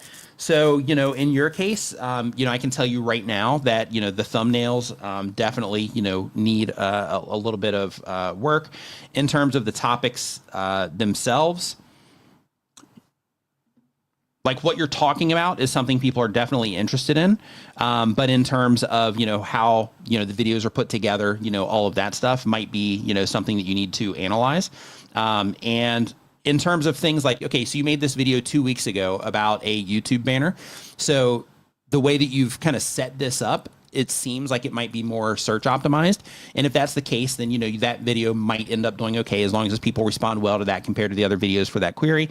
It might end up, getting legs on it down the road because of that, or you might end up getting Google traffic, that kind of stuff. So stay on course and focus really hard on the core elements of learning, how to really make your thumbnails kind of stand out and kind of pop when it comes on YouTube, learning, how to make sure that you're delivering, the content in a way that people, will respond well to it. But I'd focus on those things right now. And you've been kind of focused on that content for about a month. So I would definitely, just kind of stay the course if that's the type of content that you're wanting to make. And remember that when it comes to YouTube, it's more about who you are, who you are trying to get in front of with the content and the audience that you're trying to build with the content. So when you talk about, how long should I keep posting until I decide to open it up to a new one instead? The whole idea is thinking about, okay, if I'm trying to reach, like in your case, creators, then in that case, I need to make sure that while I'm in this improvement, side of things, I'm trying to get things to a competitive level. Let me make sure that I'm still trying to serve those people, right? Because what can happen is, and because you've made some changes, and then you mentioned you've unlisted a bunch of things too. So what can happen is content creators can kind of blame the niche for the performance of the content when really it's just the content needs work, right? So because of that, I would pick your target, so to speak, in terms of like, hey, this is the type of person I'm trying to make content for. These are the types of things they're interested in. These are the types of problems that they have. These are the types of things they enjoy, so on and so forth. And then do everything that you can to make good videos for, for the people that you're trying to serve with your content.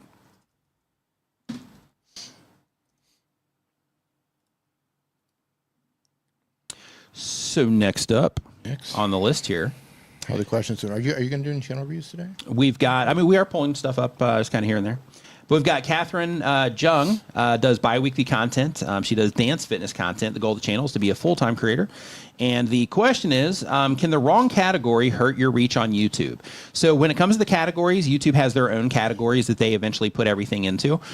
So get it as close as you can. So get it, to the thing that makes the most sense. So with what it is that you're doing, probably like a how-to or fitness, actually, in your case, would be the thing to go for. And then it says, can you live stream vertically and horizontally at the same time on YouTube? Yes, you can. In that particular case, you are providing two different types of experiences for people. You have that vertical stream that you're putting out that will reach people in the shorts feed, and you get to provide that experience for people while you're also providing that experience for people on the long form feed as well.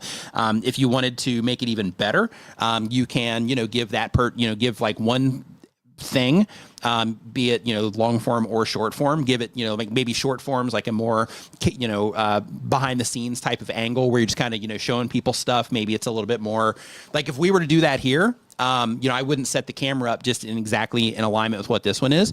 Instead, if I was going to go vertical here, I would probably set it up like over here somewhere, or maybe a little bit over there, so that you see things that are just a little bit different that you don't necessarily see directly in the main live stream. So that if people see that and then they come to the channel and then they see this version of it, so that's even a little bit of a different experience for them. And then by doing that, what will happen is that if you do have people that cross over like that, then you are, kind of giving some options for them so then they can kind of choose their preference. I know when YouTube first did the vertical live streaming, I did, I think, like 2 or 3 live streams at that time where I did both. And some people actually preferred the vertical live stream. They're like, I actually like it better, over here. So I considered doing that more, and I just never have. But I considered doing that more at that time. But you can do that, though. And then we did question number 2 there. So yeah, we don't have a lot of questions here, D. We're actually, so we've, we'll see how it goes. Beanie, that was Dr. Sten Ekberg. He says, didn't Roger Wakefield have his content pushed out in music? No, it was wrestling. Yeah, so Dr. Sten had... music. His was music. Dr. Sten was wrestling. It was wrestling? Yeah. Oh, okay. Yeah, it was WWE content. Yeah, Renee Ritchie says, Jenny Hoyas is crushing with vertical live. Yeah, anything vertical she does, she crushes. So let's see here. So the influenced, she gets it, right? What were we going to say, D? I was going to say, when the vertical live came out, like I just saw tons of it in my feed, and I watched them, but they barely recommend anything to me anymore. Yeah. And do you see a lot of them? Because sometimes I watch them. Yeah, on TikTok I get a lot of vertical live streams. On YouTube, not so much. Yeah, I did at first when they rolled out the vertical lives. It was it was everywhere, and I would watch a lot of them because I'm a fan of TikTok lives. Yeah, but now that I don't get recommended them very much. Which is weird. What are you doing over there? So she says she's going to need to experiment. Yeah, that's cool. That's cool. So let's see here. So next up, we've got the influenced influencer. And the upload schedule is 1 time per week or more. Been on YouTube for a year or more. They do vlog content. The goal of the channel is to connect with others who like what they like.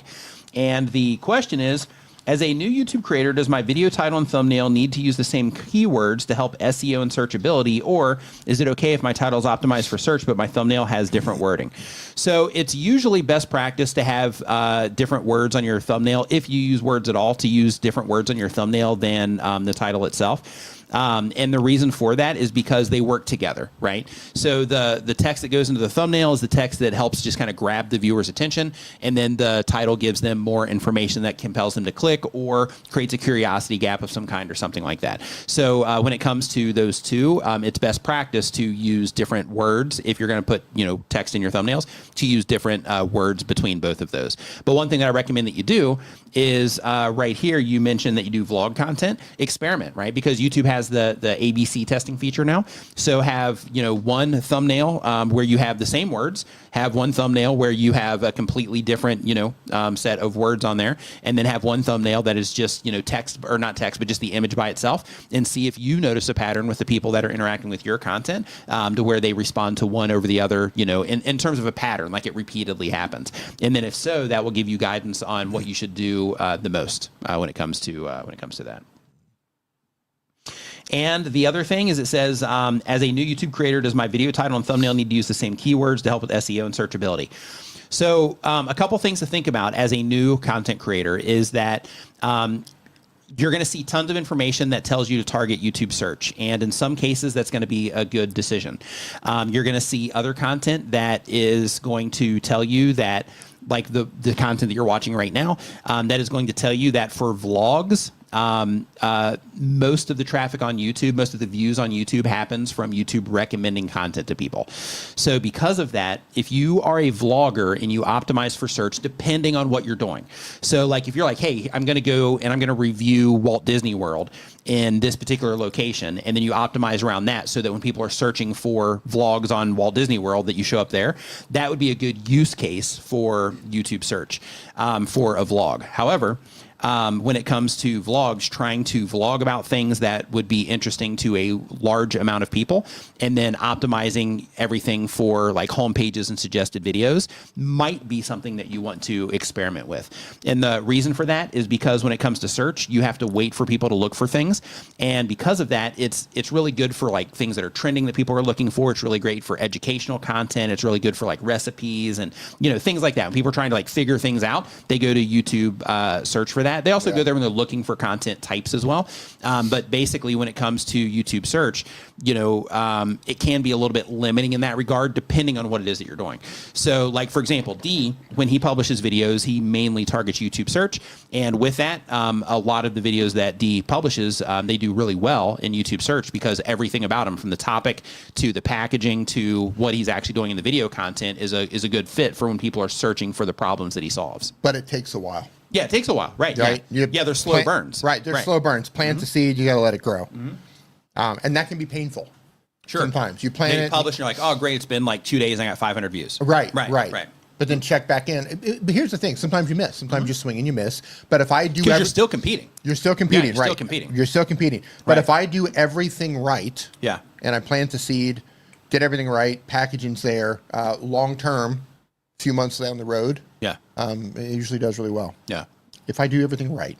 Sometimes you miss. Right. Sometimes you miss. Yeah, but the idea, and Renee says, he says, in other words, performance and personalization with re-rank over SEO pretty fast. Yeah. And when it comes to, you know, like they're like, if you're a vlogger, if you can get really good at grabbing attention from homepages and suggested videos, and as a part of that, because that's just one piece of it, right? Getting people to click on it. Did you say if you're a blogger? Vlogger. Yeah. Which is what they said they are. So if you're doing that and you get really good at making your vlogs something to where if somebody were to see that on a homepage, like, oh, I got to check this out. I got to see what this is, or I got to see what's happening here. You know, like that type of response. Then in that case, you're probably going to grow faster that way, as long as, you know, people have a good experience with the content. You're probably going to grow faster that way than if you were to just search target with the vlogs that you're making. But if you are going to, you know, go after search with any of it, just make sure that you are hopping into YouTube search, seeing if there are any other vlogs that are showing up for the results that you're going for. See if the other videos that are there, right? Like in terms of topically, like what are you talking about in your vlogs, and what are you sharing or showing in your vlogs, and are those things that would even be appropriate for people searching for those things in YouTube search, right? But search can be, you know, great, because in addition to YouTube, you know, you can also get, you know, views from Google. Now you can also get views from ChatGPT as well. You're starting to see that more and more. So because of that, you know, it has its place, but that place isn't always for every video, for every creator. And in some cases, you know, people should avoid it completely because it, you know, works against them when, you know, when they make everything about search. But for some types of content, it's a search is a gold mine. Next up, we've got, let's see here. So they didn't put their channel name. They just put a link to the channel, but they do daily walks, and what happens in life is the type of channel. Goal of the channel is to make money. And the question is, what is the best places like Facebook to get more views and subs on my channel? So the best place to get views and subscribers on your channel, and this isn't necessarily what you're asking for, but the best place to get views and subs on your channel is on YouTube. So this question comes up a lot, and it's always came up a lot.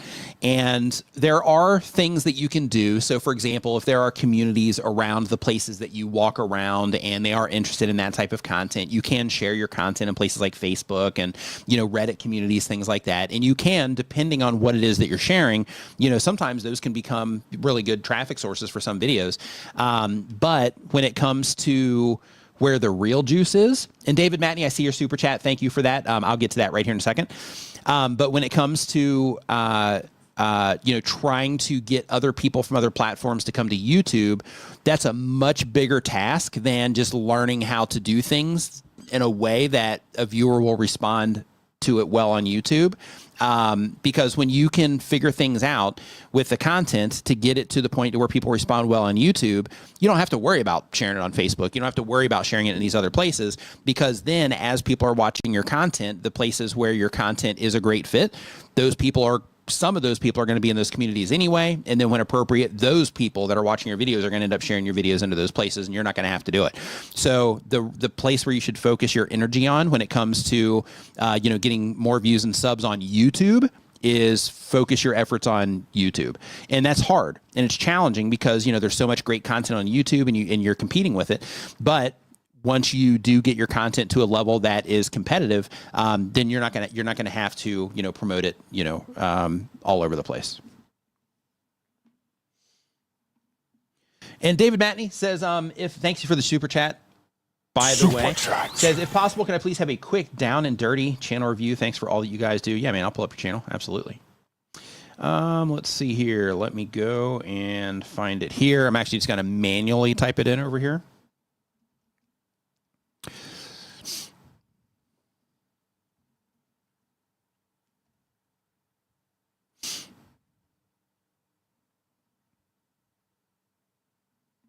Ooh, getting ready to cross 5,000 subscribers. Love it. Okay, so here you go.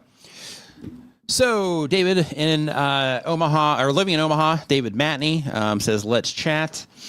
So you are still covering Omaha stuff, buying and selling real estate in Omaha, Nebraska. Fantastic. Call to text. Since you're doing this for business, I'm going to look at this a little bit differently than I would another channel. So buying and selling real estate in Omaha, Nebraska, call this. kind of clever putting that up there, right up there at the top. My goal is to help you buy and sell. Sounds reason. Okay, all that's fantastic. You already got your QR code over there on that side. Let me do a quick look here.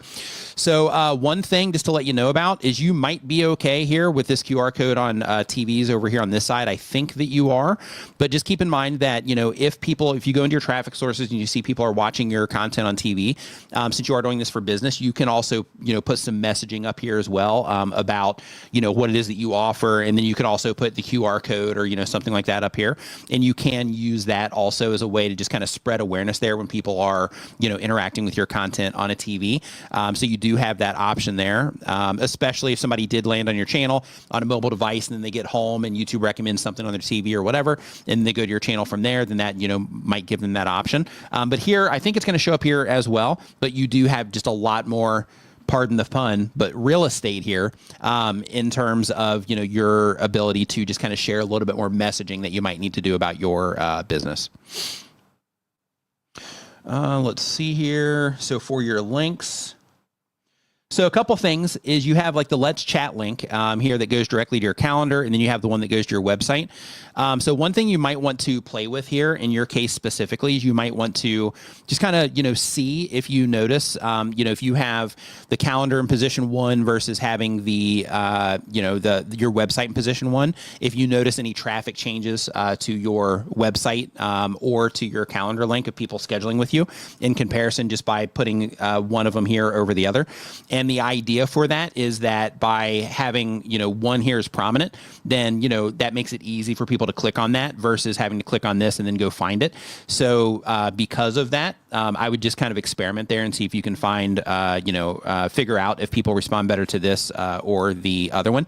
There's other things too, in your case specifically, because you are doing real estate related content. So if you're advertising in your area, in addition to doing your organic content, then in that case, if you drive people solely to your website, then what you can do there is then you can get them pixeled in here on your website because then they're landing on your website. You can get them pixeled in for Facebook and for Google.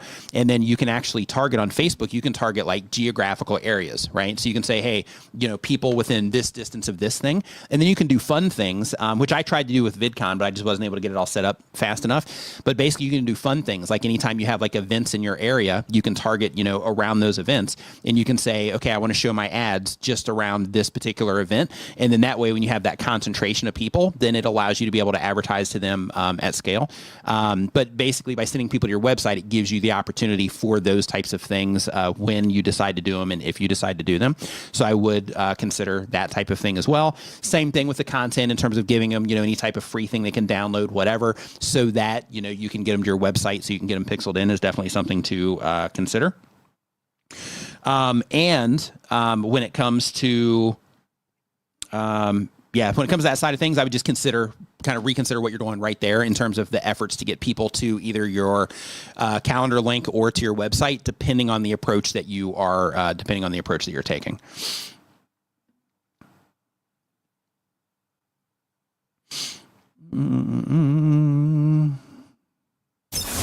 If you're enjoying the show, remember to give it a thumbs up and share it with a friend right now. Since you're focused on Omaha here, I think all of this that you're doing, I think is fine in terms of, keep out of Omaha market update, hottest real estate market in the United States. So I guess this one you're trying to go like a little bit more broad. So I think in terms of your thumbnails, I think, if you're on your thumbnails, I think they look good and they're attention grabbing. I love that you're putting a lot of emotion in here. So from the outside, you're doing the thing. I think your thumbnails actually look fantastic. Tim Miss about Omaha busted, these types of things are perfectly fine if you're just targeting that particular area. You can also do things like, I don't know if she's still in here, but like Christina Smallhorn, she also does real estate related things. And one of the things that she did was she started, looking at trends and started basically figuring out things that people who were interested in real estate were, kind of talking about that moment in time. And then she started making content about those things, which got her a much broader reach just in general. It widened up the whole thing in terms of who was interacting with her content. And then from there, she still has her services that she offers and things like that. So in addition to the additional authority she gets from when people look at her channel and seeing the activity on her channel, she's also able to use that for, local business as well. Just kind of some food for thought there. Other things that I would do, just as a quick, mention here, because, you know how I am about, production and things like that. Like, it's not the most important thing, and videos of all different kinds of, production and all that stuff, they, are okay on YouTube. But one thing, and I'm actually going to build this into my tool here that I use for this to where I can show people kind of like the rule of thirds and all that on the video. But one thing that I would do is I would... actually, there's two things that I would do in this shot right here. The very first is I would reduce the amount of headspace that you have up here. It'll just make this just feel more comfortable. So when people are watching it and you get to this point, it just feels more comfortable. A lot of people don't care about that thing, but it just is like a psychological thing in terms of how it feels. So I would just reduce some of this headspace in here. Another thing is I think you're missing an opportunity. And again, I'm looking at this through a different lens because you're doing this for business. But you're also missing an opportunity here because you have David Matney, Nebraska Realty. All that is cool. But I don't see anything on here about like your phone number or anything like that where somebody can reach out to you if they choose to, or even an email. Your website, your website, should be on here in my opinion. Something like that to where it's like David Matney, NebraskaRealty.com or, living in Omaha, .com would be the thing for that. I would put that on here more than the Nebraska Realty. Real estate, Nebraska. Other things is when it comes to here, like this is okay having this at the top, but I would actually kind of front load this with actual information about the video, what it is that you're covering, all of those things, because these types of things, right? Like when you have the hottest real estate market in the United States, this is cool because people are looking for this. But if you are doing this for the sake of search, then I would also fill out your description with like, keyword rich language as well. And the reason for that is because these types of things also help you when it comes to Google and all of that. So you're just giving yourself, more opportunities there by just optimizing things a little bit better. So I would definitely just kind of front load this with that. And then just leave enough space at the very end of it to where people can see your phone number to contact you or your website link before they have to click the see more button. And then same exact thing here, deciding on if that booking a call is the best move or sending them over so that you can do the retargeting for people is definitely something I would consider as well. These types of things here on the what is my home worth? Yeah, like these types of things are cool. In terms of, same concept, like, hey, you want to see what your home is worth? Go check it out on my website. And then that gives you that opportunity to get them in there as well. And just as a heads up, I just got a internal server error on this website that you're linking to. Friend channel, thanks for watching. Omaha, David Matney, Omaha Real Estate. Yeah, I would also for hashtags. I would research around a little bit, and like if there's like Omaha home sales or homes for sale, like that kind of stuff. Like you get the option to they prioritize the three that you put up here, but I would definitely kind of fill up the hashtags a little bit again because you're doing this for business. You want to use every possible opportunity that you have. So anything related to Omaha / real estate in Omaha. I would definitely put some of those hashtags in here as well, because if your videos do end up in those hashtag pages, then that gives you the opportunity for people to find you through other content that kind of leaks out into those hashtag pages. And again, because you're doing this for business, I completely understand the emphasis that you're putting on the calls to action to go and, to hire you. But another thing that I would consider is when you are putting your content together in terms of these are the videos that I'm going to make, over the next, 30 to 90 days, is just thinking about like, okay, is there anything here that I can build a playlist around that's going to be likely to cause people to, keep coming back to my channel that live in these areas? Because if you can also, in addition to the housing market, if you can also become like a resource of information for people living in that area, that might also, it's kind of like a long play there, but that might also bring some, more gains to you into your real estate business, because then you're, in addition to selling houses, you're also becoming a valuable resource for the city in terms of the information that you share, keeping people up to date with all kinds of stuff.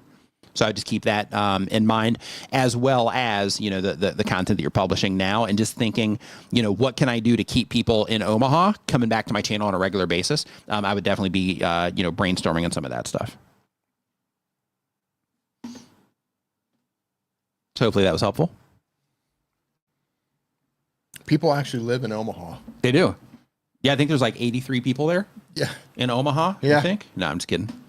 Yeah, David's one of them. David's he's like, yep, 82 or 80. Yeah, 83 if you count me. 82 right. if you don't. Right. He's trying to grow the population there. It's the whole purpose of his channel. Yep. He's like, man, we need 100 people in Omaha, guys. It's like, what's the purpose of your channel? To grow the city population to 100. I need 99 more people. Actually, 99 more people. Yeah, that's good. Have you ever been to Omaha? I don't think so. Nebraska. No. I've never been. No, I don't think I've ever been to like Nebraska. Nope. Yeah. I don't think so. David, when we come through to Nebraska, you're going to have to show us around. Yep. Introduce us to those other 4 people in Omaha. Yep. Tan going in the kitchen. Thanks for the super chat. Says there was a milestone super chat earlier. Let me go and check that out real quick. Let me see if I can find it. A milestone super chat. That's good. See that good. And really quick, Tan going in the kitchen says Vid Summit will be here in the blink of an eye. Absolutely. Wow, and just a shout out to Vid Summit really quick.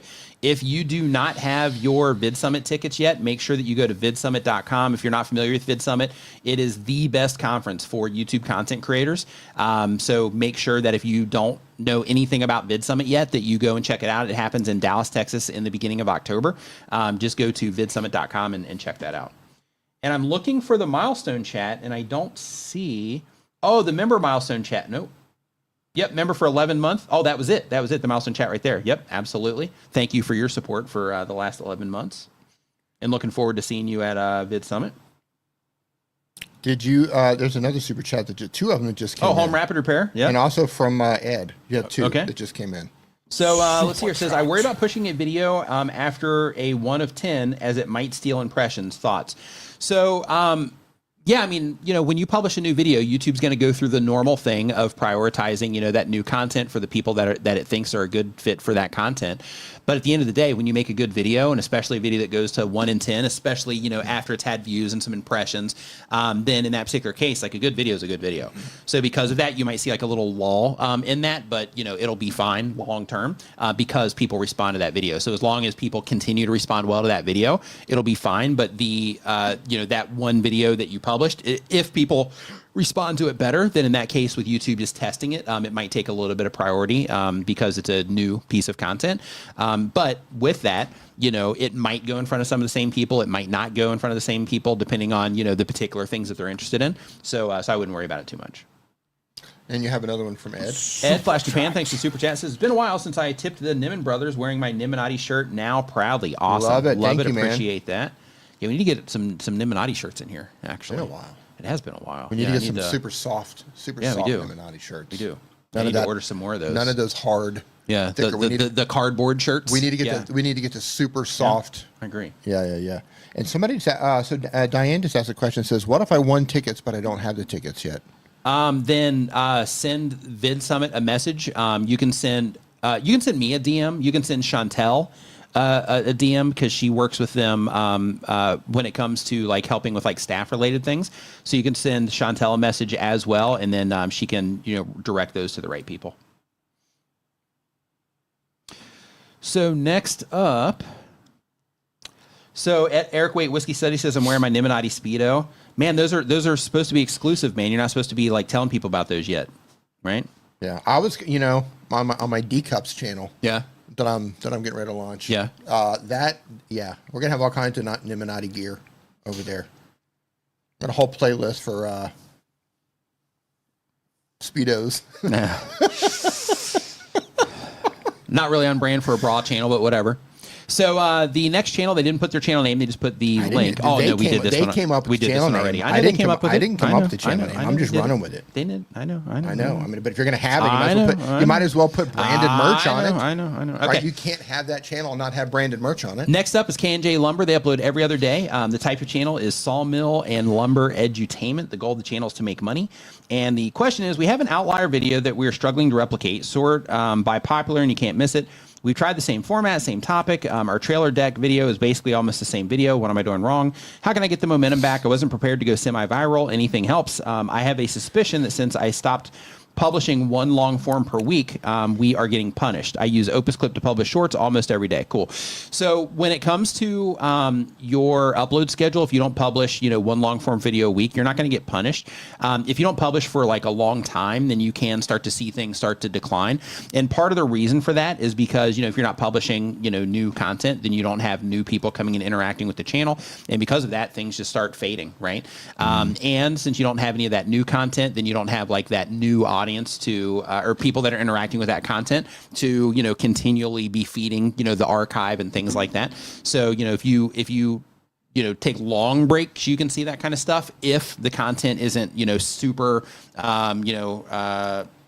if it's not like super high end content in terms of people are responding to it at like a super high rate, then that can, have that type of impact. But, just changing from, like one time a week to like once every 2 weeks or something. Yeah, that particular thing shouldn't have that big of an impact. But in terms of having like a video that went kind of semi-viral, 616,000 views. Yeah, 10 months ago. Good.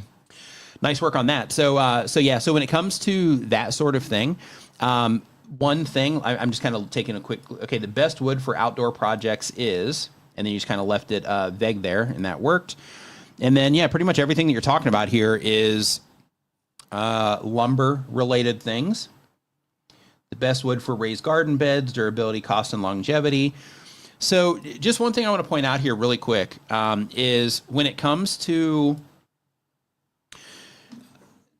let's see here. Dee and I were actually talking about this today because part of the title thing that I was showing you guys is I have a second version of that in terms of something that will, the version that I demoed with you earlier, that particular version, it has it for the different, types of titles. But the thing that I kind of started out with there that is currently hidden is something that would kind of broaden the content up a little bit to where you put in the title and then it gives you different ways that you might be able to make the content more accessible to a larger group of people.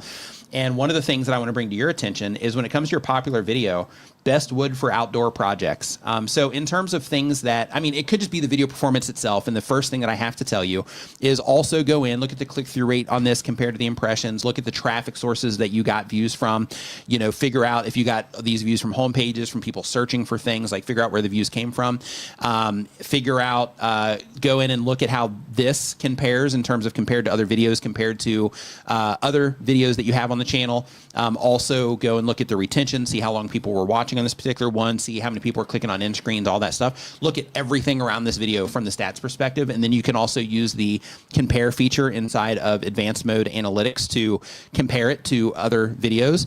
But when you do that, make sure that you do keep in mind the impressions, right? So this particular video might look like it didn't do as well as videos that don't have as many views, but in reality, it's just because so many people have interacted with it, but it did, do well. So because of that, you can also sort by date range and that kind of stuff. But anyway, so the thing I'm trying to bring to your attention is that with this one, the best wood for outdoor projects is, so right here, this is accessible to anyone that is building anything outside with wood, right? So that's a large amount of people. Whereas if we go to your recent videos, what actually is blue stained pine? So this is going to be limited to people. There still might be a large amount of people that might be interested in this, but this is going to be limited to the amount of people that are interested in blue stained pine by itself. And with that limitation, you also have, is YouTube going to show it to the people that are interested in blue stained pine? And if it does, are those people going to respond to it? So from an accessibility standpoint, it just makes that one a little bit more difficult. Same thing here, the best wood for raised garden beds. This one got 1,000 views on it, which is good. But you got 1,000 views on this one, but this one still has those qualifiers in terms of they have to be interested in making a raised garden bed. They have to be interested in the best wood for making a raised garden bed, and they have to be interested in the durability and the cost and longevity, which I guess would probably fall under the best wood. But with this one, it also has like some qualifiers attached. Doesn't mean that it can't do well and that there's not tons of people interested in that. But I'm just saying in comparison, the video that's most popular right now is extremely, it's much wider in terms of the people that could possibly be interested in that, because it, like anybody that does anything outdoors with wood is a candidate for that video, where this one, they have these other qualifiers that they need to make. And then same exact thing here, best wood for trailer decking. The people that watch the wood video for outdoors, they could watch this video, and this video probably. But for the people that need to watch these videos or that are watching these videos, they have to be interested in these very specific things, right? So long term, and this is why I wanted you to look at the traffic sources for the video that you have 600,000 views on. Long term, these might end up doing great, because if people are looking for these things, or if people are searching for them on Google or something like that, you might be able to get a lot of viewership on these over time. But just right now, they're just not doing that great. But I think part of that is because it's just not instantly as accessible as the other things, as that most popular video. And then we donated a year's supply of lumber too. Yeah, so that same exact thing. Like it's awesome that you donated that lumber. But in terms of the people that that might care about that, it might be much smaller. And everything about soft maple, I think that's a pretty good one, right? You only have 730 views on that one, but I think that one's good in terms of a little bit wider. Yeah. But they still need to you're taking the best wood, right? All wood, and then you're still condensing that down to maple in that particular situation. So the thing that I would experiment with is, one, make sure you do go into your stats and that you're trying to understand like why that video did better in terms of how people responded to it. And just compare it to other videos. Okay, so when my videos first started in this video, this is how people responded. In these other videos, this is how people responded. And is there a way that we can kind of, do it again to where, we do things in a similar way? And then also looking at the traffic sources is really important. But I think just trying to make it to where you're framing everything in a more accessible way is definitely something that I would experiment with on the channel. That's right. Chantel says it too. Breathe. Breathe. It says it's tough because YouTube only suggests that we make content for woodworkers in the trends tab, and we are not woodworkers, we are lumber suppliers. That's fine. Yeah, talking about lumber and all that stuff is perfectly fine. It's just the thing that the idea that I'm expressing is that when you talk about lumber, you can talk about lumber, but just try to think like, how can we make it to where the largest amount of people that are interested in wood for whatever it is that they're doing, to where this particular piece of content would make sense for as many people as possible that are interested in wood. So one thing that you can use for this is vidIQ. They have keyword tools.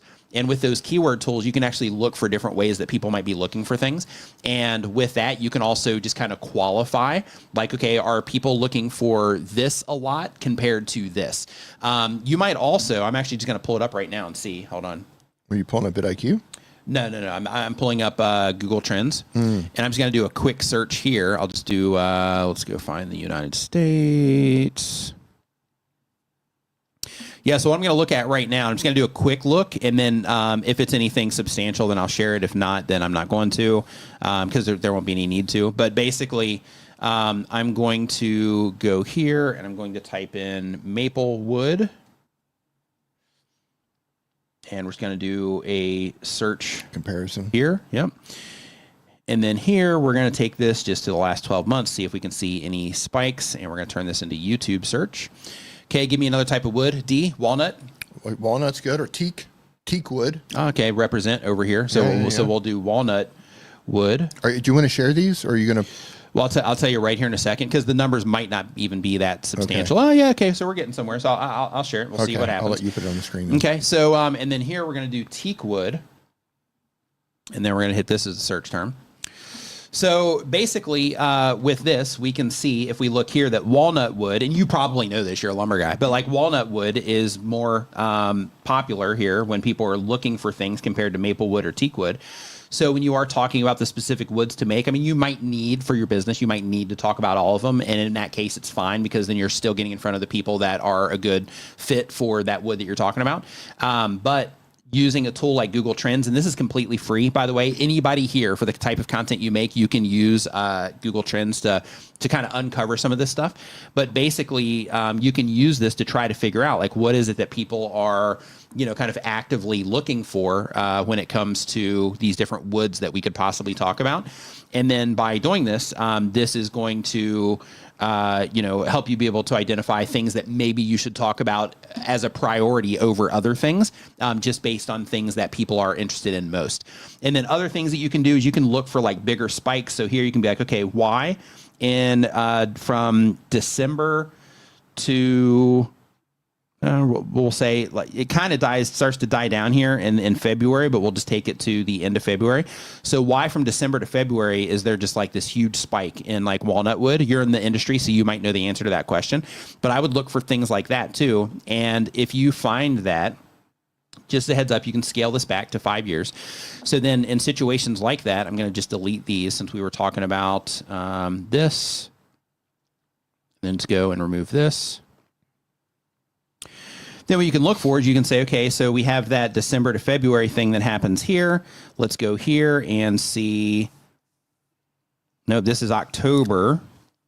Oh, I do get a little bit of a spike here in December. For seasonal. Yeah, but basically, yeah, what I'm looking for right here is I'm just looking to see if there's any type of seasonal trends. It looks like October, actually. You get some here and in here. But basically, just looking for these things. That's what you do with this tool, is you basically... Put pine in there. Put pine wood? Yeah. Oh, see, you're looking for Christmas? Maybe. I mean, pine trees. I don't know if people are looking for pine wood or not, but... Okay, and then let's just take this down to... we'll even go 5 years. So a good example for this one... No. Yeah, not too much. No. A good example for this one is how to make a turkey. Yeah, that's a great one. This is usually a good example. Boom.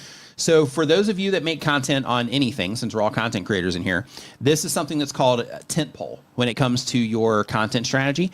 And the whole idea here is that you put in, topics around things that you make content about.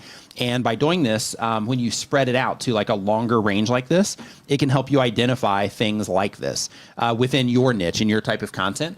So even if you're a gamer and if the games that you play, if they typically put out updates around the same times every year, then you can look for things like this in games too. But a lot of content, you can do this sort of thing to where if there is any type of seasonality to it, to where you do get these types of spikes in there, then you can plan for these. And you can say, okay, well, there's going to be this heightened interest in this around this time, and it happens like clockwork historically. So therefore, let me make some content so that I can, publish it around that time.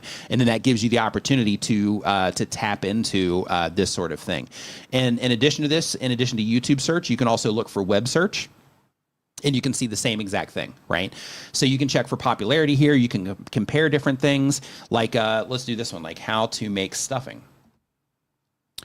And then we're going to do this. And then we can see, ironically, spot exactly with it, right? Time, right?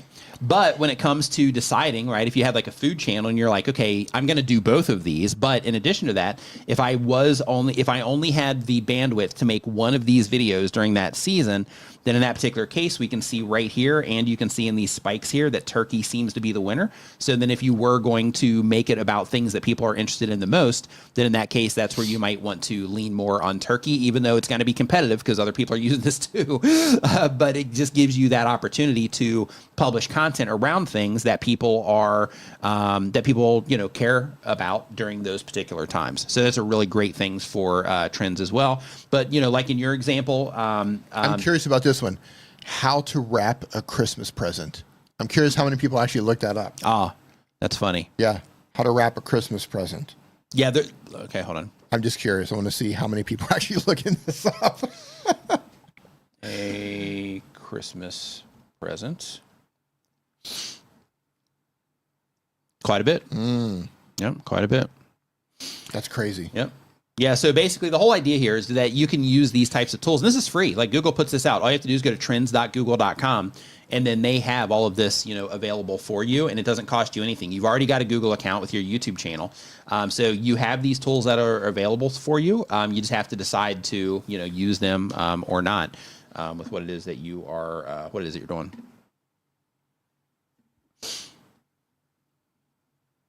All right. So next question. Next question. How are we doing with the questions? I know they were running. No, we're good. Yeah, we're good. Let's see here. So next up, we've got Country Boardwalk Studios. They upload when they have time, but on YouTube for a year or more. They do art education and art journey content. The goal of the channel is to connect with others who like what I like. And the question is, how can I change my file name on my videos after they've been posted, or is it not possible to change them? Yeah, when you upload your video to YouTube, after that, you can't change your file name. But when you say, should I delete them to correct and re-upload them? No, it doesn't matter. I think they're probably falling into that naming. Probably. Yeah. So you can upload your file names as like, video 3876449, and it's perfectly fine. So like when it comes to your file name, you're going to see information telling you that your file name is going to, like make your videos get more impressions and stuff like that. It's not the case. So the things that matter when it comes to YouTube is how people respond to your videos. These little things right here are things that people do to kind of position themselves to, well, I'm not even gonna say that, but that doesn't matter. Like like what you do with your file name before you upload your video doesn't matter. What matters is how you write your title, the thumbnail that you choose, the topics that you choose to make videos about, and how you actually make videos. Those are the things that are going to move the needle for you. Those file name things, like if it helps you remember things, like, okay, I'm going to name it this because it helps me remember. Like I'll do that with shorts to where, or vertical content to where if it helps me remember it because there's just so many of them, then in that case, I'll do the title of the video there because I know that that's what it's going to be. And then when I upload it, then I just have to remove the hyphens and then the title's there. So that particular thing is more of an efficiency thing, but it's not for the sake of trying to, game the system in some way or give myself some, advantage when it comes to the different systems. We're about to find my people right here. I name all of my videos 8675309. Oh, nice. If you understand that. I understood. If you I got it. Call, yeah. Yep. Are you my people? Yep.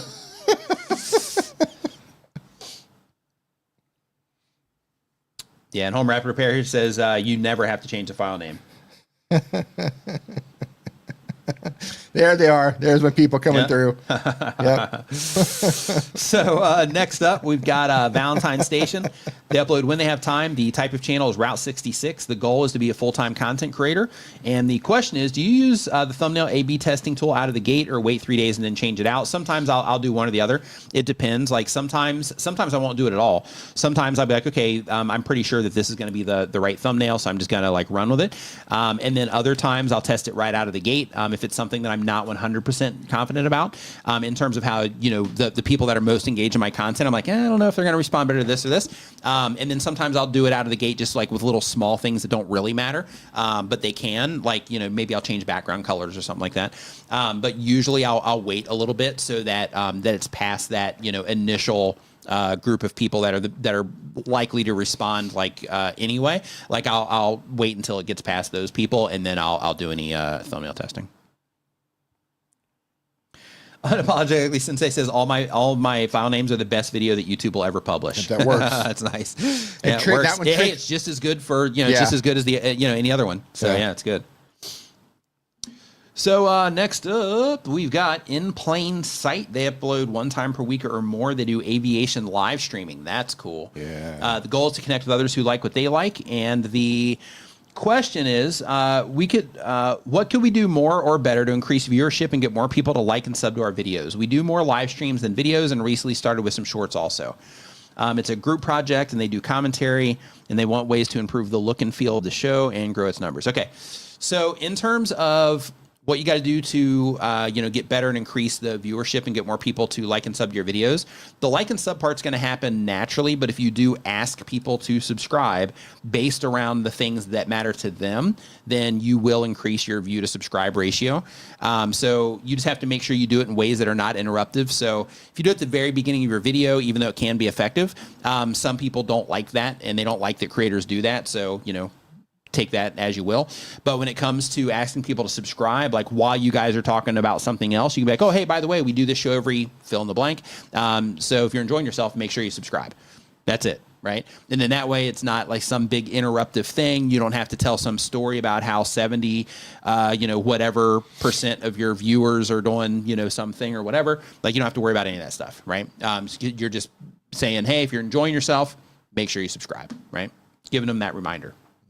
A nudge. Yep. But the fact that you are doing videos now is definitely, helpful. So live streams can do awesome on YouTube. However, video content itself, in a lot of cases, will have more longevity. One thing that I would kind of shy away from, though, is you're using like tons of emojis in your like live streams, or like the readability of your titles is difficult. Your thumbnails, I think, are okay in terms of the imagery that you're using, but I don't like that you're putting dates on there.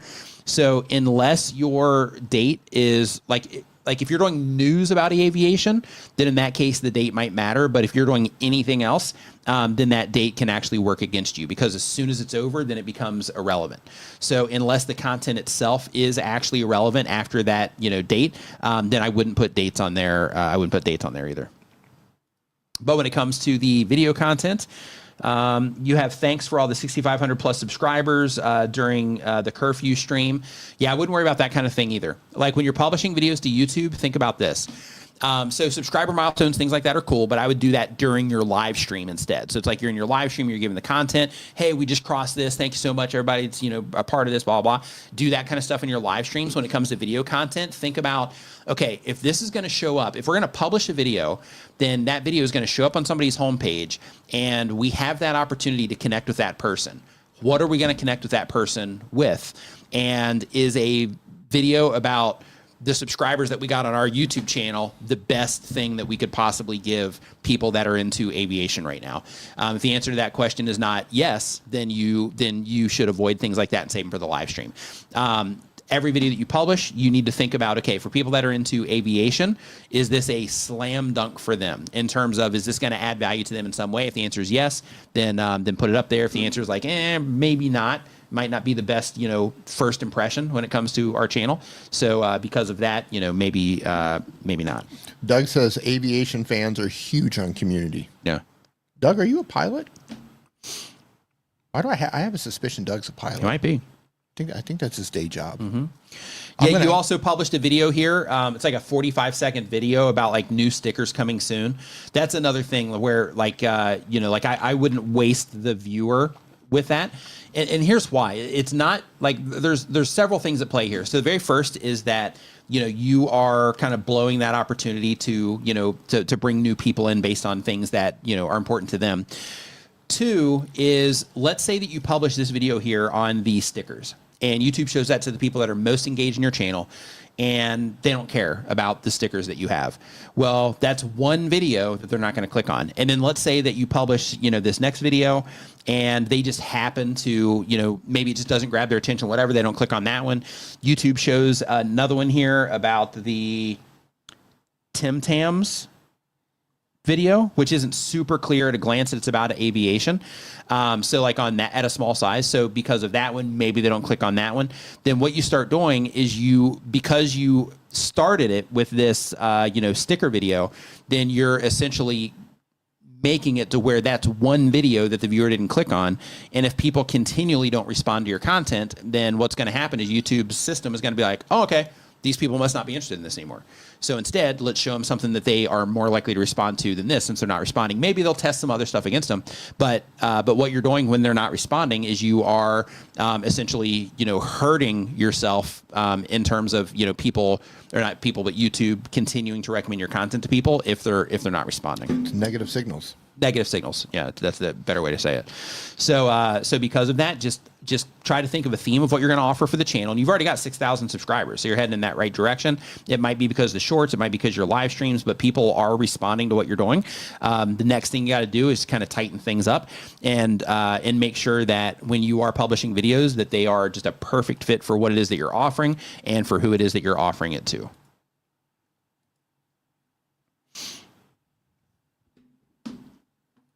Got to keep those negative signals in check. Mm-hmm. Focus on the positive ones. Next up. Future of food? Yes, I am. What did it say? They're asking about the live streams for newbies again. Yeah, yes, I am. I've been struggling with my audio. So for context, what are you talking about? I know, but for anybody that's not aware. Yeah, I used to do live streams where I would work with people who've never gone live before, and that were trying to build their confidence to go live, or they didn't know what to do, so whatever. So I would invite them onto my stream. Just you and me, let's go into the stream and let's kind of work this out. Maybe we'd practice how they would bring in their live streams and just have a conversation live, just to kind of show people it's not as big, bad, and scary as they think it might be. And that actually helped a lot of people start live streaming, which is really cool. It is cool. I stopped doing that, and I regret that I did. But I've been, I know I said a couple weeks ago I was going to do it again. I've been wrestling with some audio problems in my place. Some serious audio problems. I switched over from a PC. This is a streaming PC. I had everything set up perfectly. I was using the Rodecaster and I was using the Go XLR. I had all of these audio interfaces and all of my stuff was working great previously. And then I switched over to Mac. And routing audio through a Mac, through an interface and using a software called Loopback, and I have music production stuff running through. Man, my audio has just been all over the place. So I've been battling with all of that, and I'm not using a Rodecaster anymore. So yes, welcome. Yes, it's coming, to the but I'm battling audio because Mac it just works apparently. Yeah. So next up, we got the Blind Bard. Blind Bard, they do entertainment and education content. The goal is to connect with others who like what they like. And they say every Friday night, I live stream at the Philadelphia Area Gaming Expo YouTube channel. They've offered to let me stream it on my channel as well and share my D&D conversation over coffee streams to theirs. I'm using Streamlabs and their channel uses Restream. How do we set this up? So both of those platforms allow you to multicast, but be careful. Like, I mean, you can stream to both, but I just wouldn't make a huge habit out of that. I would just make one destination where you're doing that stream, and then from there, share in your community feed. Hey, we're streaming over here. Come hanging out. Like that type of thing. Versus having the stream going out to both channels. You can. But I would just try to limit that a little bit. And if you are going to offer it on yours, maybe offer it as a different format. So maybe if you're going live in landscape mode on theirs, maybe you go vertical in the short shelf on yours or something like that. So that you're putting out a vertical stream, they're putting out the landscape stream. So then if you are going to be putting out the same stream, you're at least creating different experiences for that on the two different channels. But I would definitely just be mindful that that you don't want to just be broadcasting the same thing to a bunch of different channels. If you can, avoid it. Try to offer something different if you can. Technically, you can do that because as long as you don't copyright strike yourself or something, you're going to be okay. But if I would just be careful because YouTube does have rules around duplicate content and those types of things and repetitive content. So you just want to make sure that again, you're probably going to be fine. But if you just want to play it safe, I would try to offer like a different format or something if you're going to do it on both channels. Next up, playing the mom game. What's going on? Hope you're doing great. She does clothing reviews and a lot of Amazon. Goal of the channel is to make money. And the question is, I'm working on switching from filming on my iPhone to using a camera. I have a Sony ZV-E10, great choice by the way, and recently found a used Sigma 16mm 1.4 lens for a great price, so I have that too. Excellent setup. Great setup. It says, I've watched so many tutorials about how to set it up manually, and I've been playing around with that, but then came across a few people that said just use it in auto mode. I know it's a matter of preference and something that I need to play with, but do you have any suggestions or motivating words to help me just film with that setup instead of defaulting back to my phone? Yes. So Us Plus Dad, what's going on? Hope you're doing great. Yeah, I would definitely learn to use a camera, and I would not shoot in auto mode. The reason I wouldn't shoot in auto mode is because when you shoot in auto mode, it can make changes to what to how it's interpreting what it is that it's seeing. What are they shooting? They're doing like fashion related things, Amazon related things, that kind of stuff. Okay. So clothing reviews. Okay. That's what I mean by fashion. But like, when you shoot it in audio, like sometimes auto, sometimes it can turn out great. Other times, you're going to be like, oh my gosh, why did it shift the color of this? And sometimes you might have something on that you didn't realize, and it might pick that up, and it might kind of shift like your white balance, or it can shift the exposure if something comes in it's too bright, or it can brighten things up too much maybe if you get too close. So great lens, great camera, and they are really responsive when it comes to a changed environment. So like if I was here, walk up to the camera, and if it did need to make adjustments, it's probably going to be okay, and if I came back, it's probably going to be okay. But if you want 100% certainty that you're not going to have errors in your video, then in that case, I would do it in manual. I'm going to say, if you need consistency in the quality, then it's in your best interest to learn how to dial everything manually. But if you're more of a run and gun shooter, and it's more important, it's like a setup. It'll be like a setup and replace. Okay. And then she'll be in front of it. So it's just always going to be there. Most of the time, from what I know over content, yes. But continue with your thought though. Just so there's additional information. Yeah. If you have something locked on a tripod, like this camera in front of us is locked on a tripod, it's always there. It doesn't change. Even during an earthquake, it didn't move. Right. Yeah. All of these cameras here are set manually. So no matter what happens, I could change I could change everything. She said she's looking for consistency, always in the same room, ideally. Okay, then put it out there. Then put it out there. Then dial everything in manually. Learn how to do it. Use your phone then for if you just need run and gun shooting. So if you're like, okay, I have my setup for camera, it doesn't move, but now I have this thing I want to shoot. In addition to that, just grab your phone and shoot that extra thing and mix them together. You can do that. Yeah. You can also, depending on the editor that you're using, you could still use your main camera, and it could be recording the additional shot with your audio, and you could film this additional footage, put them both into your editor, depending on the editor that you're using, and some of them will automatically sync the audio up or sync the video up as well. But for run and gun shooting, I always say just use whatever's going to work best. Yeah. If you don't need that consistency in how it's going to look. Yeah. So for the consistency, here's what I recommend in your case specifically, because if I remember correctly, like your shots are usually like pretty much like you're shooting in the same environment all the time, kind of like I do at my place. So dial that in then. Yeah. So I would just dial it in. So basically, I would figure out like your lighting setup. I would figure out your camera setup, and just spend a little bit of time on it. And once you get it locked in, then all you got to do is walk in and turn everything on, and then you're ready to rock and roll. So so because of that, I'd figure out your lighting situation and get that figured out on exactly what you want it to look like.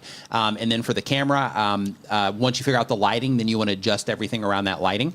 Or you could start with the camera and then build the lighting around that too, and then make minor adjustments there. But I would definitely manually do it for that consistency, and then that way you'll be able to walk in, turn stuff on, and then get to work instead of having to fidget with stuff and and tweak it all the time. So if you don't know this, I'm gonna tell you something it's likely to not be consistent if you just keep everything in auto. Right. So two things. When you manually dial something in, you actually don't need as much light as you think. Yeah. So you can get big soft lights and kind of turn them down and then readjust in the camera. Yeah. So you don't have all these bright lights.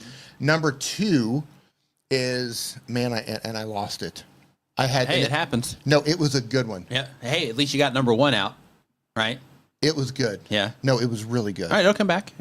It was really good. Yeah. We're talking about... I think it's gone, D. No, it was so good. I was holding it, and I should have put that one first, and by the time I got to it, it was gone. Yeah. I'm going to come back to this. All right. I'm going to interrupt you out of nowhere. Listen. Gee, like that's different. Yeah. Oh, right. I know what it was. Perfect. Okay. Yeah, that was what good. lens did she get? The Sigma 60 millimeter. To what?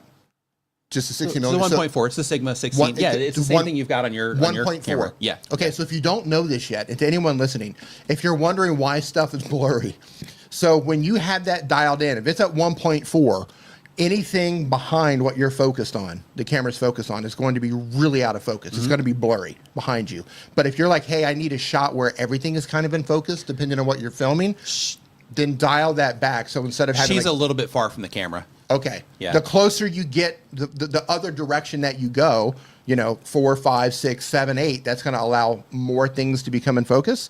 The smaller your number gets, the more things are going to go out of focus behind you. So if you're wrestling with that lens, if you don't have experience with the type of lens, you're like, oh my God, everything's always blurry. Yeah. It's that setting. Number higher is in like 5, 6, 7, 8, if you want things to be in focus more. Yeah. And also, just so you know, when it comes to your actual focus itself, you're probably going to want to keep that in auto, so you have autofocus. But because of what you do, because I'm looking at your most recent video here, and I'm just going to pull this up real quick. So in your most recent video here, with that particular lens, if you keep it down at 1.4, one problem that you might run into is when you do something like this, where there's this much distance between you and the shirt that you're showing, then it can blur you out considerably. Yes. So you might... And fight for focus. You might want that. Right? You might be like, okay, I'm just going to show this in front of me. And then if I show it in front of me, so it's not focused on my face, and you may or may not turn the face tracking on or off, depending on what you're doing. But basically, if I put this in front of me, then it's just going to focus in on that shirt, and then everything else is going to be blurry. You can do that too, and that's perfectly fine. But in order to make the adjustment there, you might need to increase it, like Dee was talking about, to maybe like an F4 or something like that. Yeah, an 4, F4 5, or 6. 6. Yeah. If you don't want it to do that, and you're like, okay, I just want to keep it consistent, then in that case take it to like a 4, 5, or 6, and then it should be able to keep almost everything within a reasonable focus to where it won't breathe as much, and to where it won't kind of shift as much when it's focusing. Right. If you had this particular shot like at like 1.4 or something like that, what's going to happen is whatever it focuses, let's say it focuses on the shirt's going to be tack sharp. You're going to be blurry, and then the clothes behind you will be almost unrecognizable with the blur, depending on how far away you are. Yeah.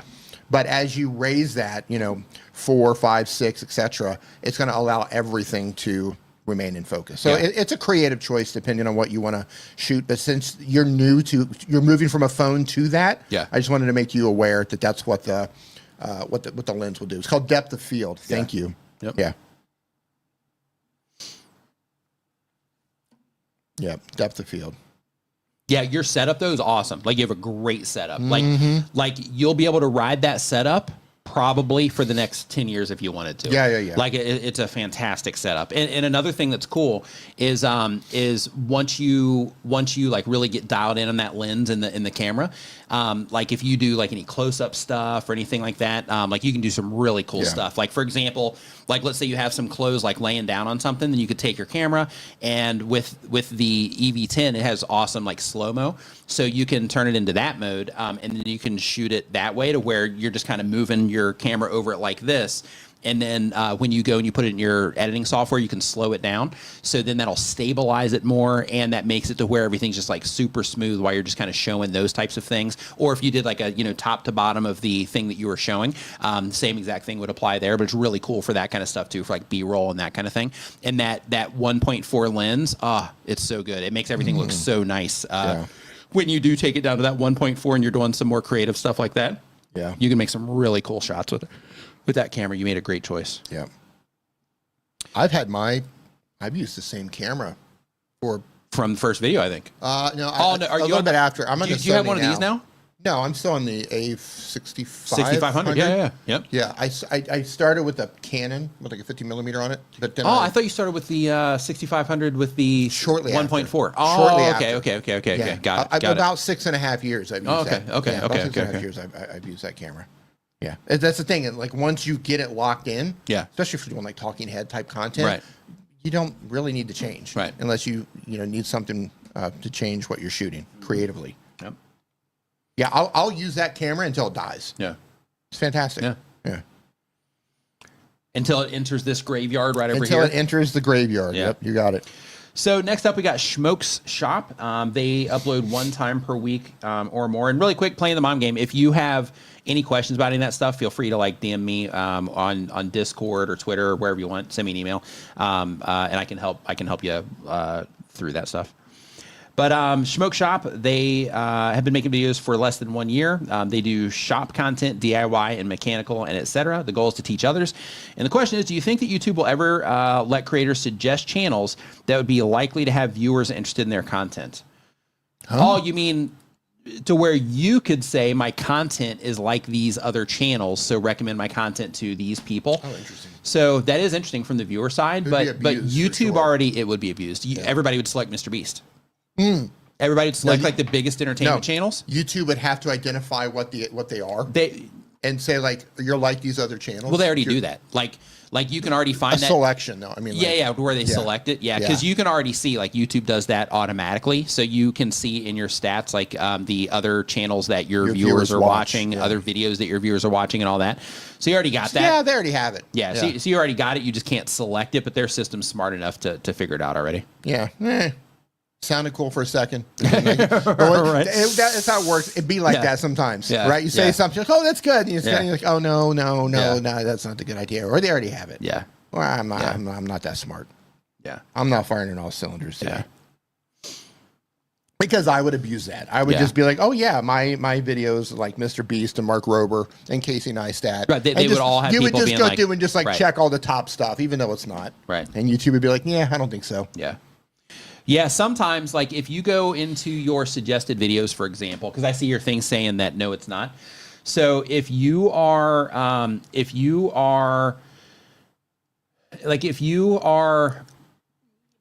publishing videos, then in that particular case, like, if you go into your suggested videos and you see that YouTube is recommending your content next to other content, and that doesn't seem like it applies to your channel, and that's why you're saying that they are not showing it to the right people, then in that case, if you go and you look at suggested videos, you'll see that there's actually a few things at play. One is that you'll see if you look in suggested videos that you have these sorting tags in there, and that people can sort based on, I want more from this creator, I want, other content like this, things like that. And with that, then people will find content that way. And in addition to that, let's say that I watch your videos and I watch a lot of your content. YouTube knows I watch your content. Then I could be watching a video about anything on YouTube. Like, it doesn't matter what video it is. And if I'm engaged in your channel and I'm a great fit for your content, then in that particular case, YouTube's going to recommend your content next to one of those videos that I'm watching, regardless if it has something to do with your content type or not, because I'm into your content and that's where I happen to be, and YouTube thinks that I'm a good fit for it. So if you do see your content being shown, or you are looking at suggested videos and that's where that's coming from, then that's more of what's happening there. Next. Yep. Hold on really quick. Doug says the question would be, are you being clear as to what your content is about from the outside? Right. Is it clear to the viewer? Yep. Yeah, and an interesting thing happens when you talk to a lot of creators, especially if they're just getting started. A lot of people don't understand who their audience is yet. They don't understand. You think, oh, I'm making content about this, but sometimes they're not. Right. So somebody said, show us where to find that. So what you have to do is you go log into your YouTube Creator Studio, and then over on the left-hand side, you're going to see Analytics. And then when you click on Analytics, over on the very top of the page, you're going to see Overview, Content, Audience, Revenue, and Trends. Click on Audience, and then once you click on Audience, then you're going to see that area that shows you the videos that are growing your audience from your channel. It's going to show you channels that your audience watches, and it's going to show you what your audience watches in terms of videos. It's going to show you the different formats on YouTube that your videos or that your viewers watch the most, the device types. It's going to show you all of those things in that area.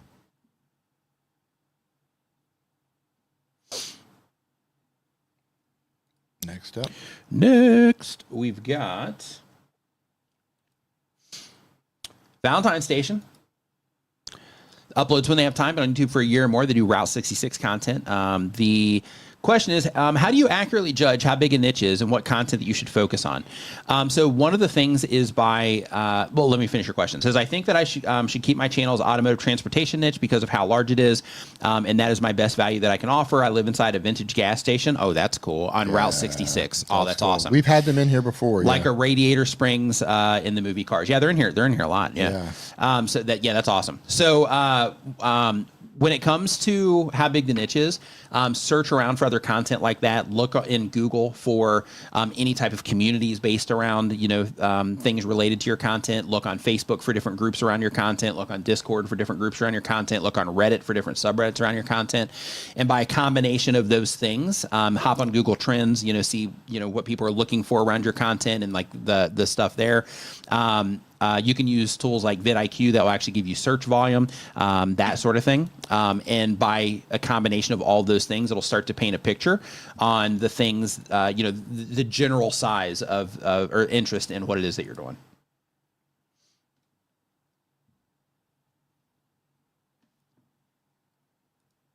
Next up, Route 66. Yeah, that's just so cool. Where do you live? I'm in an old gas station. I'm at the old gas station on Route 66. Yeah, that's awesome. Absolutely awesome. That's pretty cool. Yeah. So next up, we've got Melman Shorts. They do daily content, but on YouTube for 1 year or more. They do gaming and reaction content. The goal is to be a full-time content creator. And the question is, how can I remove the 0 view jail from my video? So in terms of a 0 view jail, it's not that you are in a 0 view jail. So when it comes to content, it's actually going to, it all comes down to how people respond to what it is that you're doing. So one thing that you might find is that, because I see right here, you have a video that's like 28,000 views, 25,000 views. So you have some videos where you got views at 884, 825, 24,000, So the most recent video that you did, it looks like that one's not getting any traction yet. But you're definitely not in some type of, penalty or anything like that. But one thing that might be happening because you have this one here with like 3 views on it, and then you have these other ones that have more. In that particular case, it's just some people respond better to some videos than they do other videos, right? So because of that, I would look and see what it is that you're doing with the videos that get that higher response, and then compare that in terms of structurally, what do I see or what do I show? Because you do a lot of split screen stuff, like how exactly is the screen split? Like even little details like that. Look at every single thing that you can about the video, and see if you can replicate like the structure, how everything is laid out, the things you're talking about, that kind of stuff.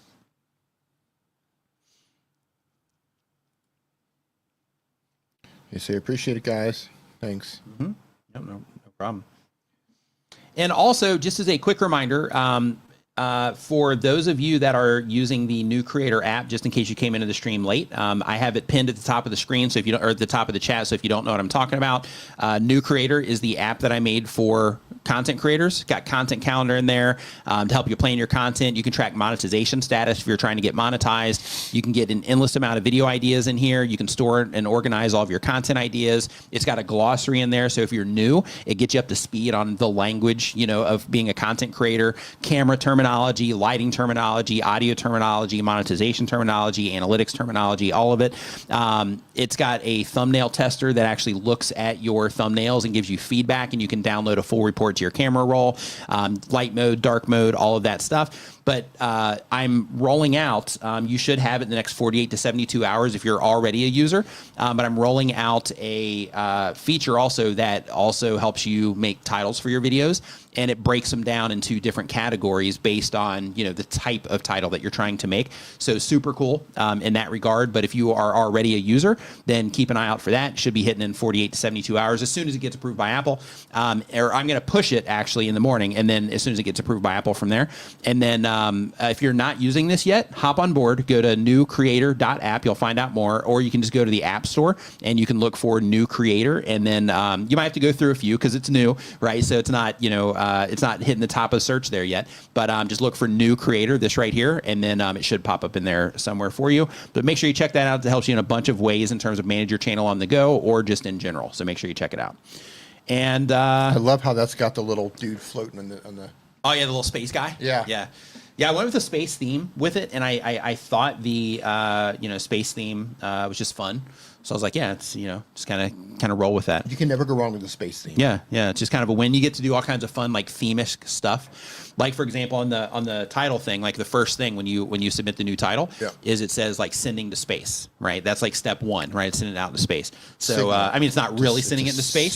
Transmitting right? signal. Yeah, but like the like it has all those little like themey type things in there to make it kind of fun. Yep. But yeah, if you're a YouTuber, you should check out New Creator app. You can also see it right here in the very front of the screen right here. All right. So let's see here. So now, we just, we've got a couple more. I thought we were out of questions, but we actually have a couple more that just came in. Perfect. So Maz Artistry, they upload when they have time. The type of channel is art, storytelling, superhero, and villain content with a down-to-earth and slightly unfiltered commentary for PG-13. And the question is, I want to know, is there a way to grow subscribers a bit faster? Of course, it takes a lot of time, no matter the method anyways, without a consistent schedule. Because the schedule I don't have, and I make videos whenever I feel like it, how do I grow faster? Right now, if you make videos whenever you feel like it, then in that case, I wouldn't necessarily be focused super hard on growing faster versus... like, okay, if I'm making videos just when I feel like it, then in that case, I'm putting that into it.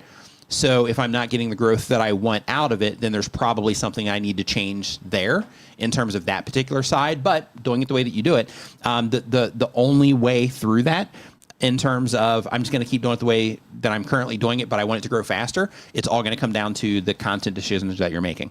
So one of the things you hear us talking about a lot here is making the topics that are broad in nature to where they're going to apply to the largest amount of people that are interested in your particular topics, making sure that your thumbnails are easy to recognize for the people that are interested in your topic to help them identify that your content's about something they care about, compelling titles, that are attached to that and they work together well with the title.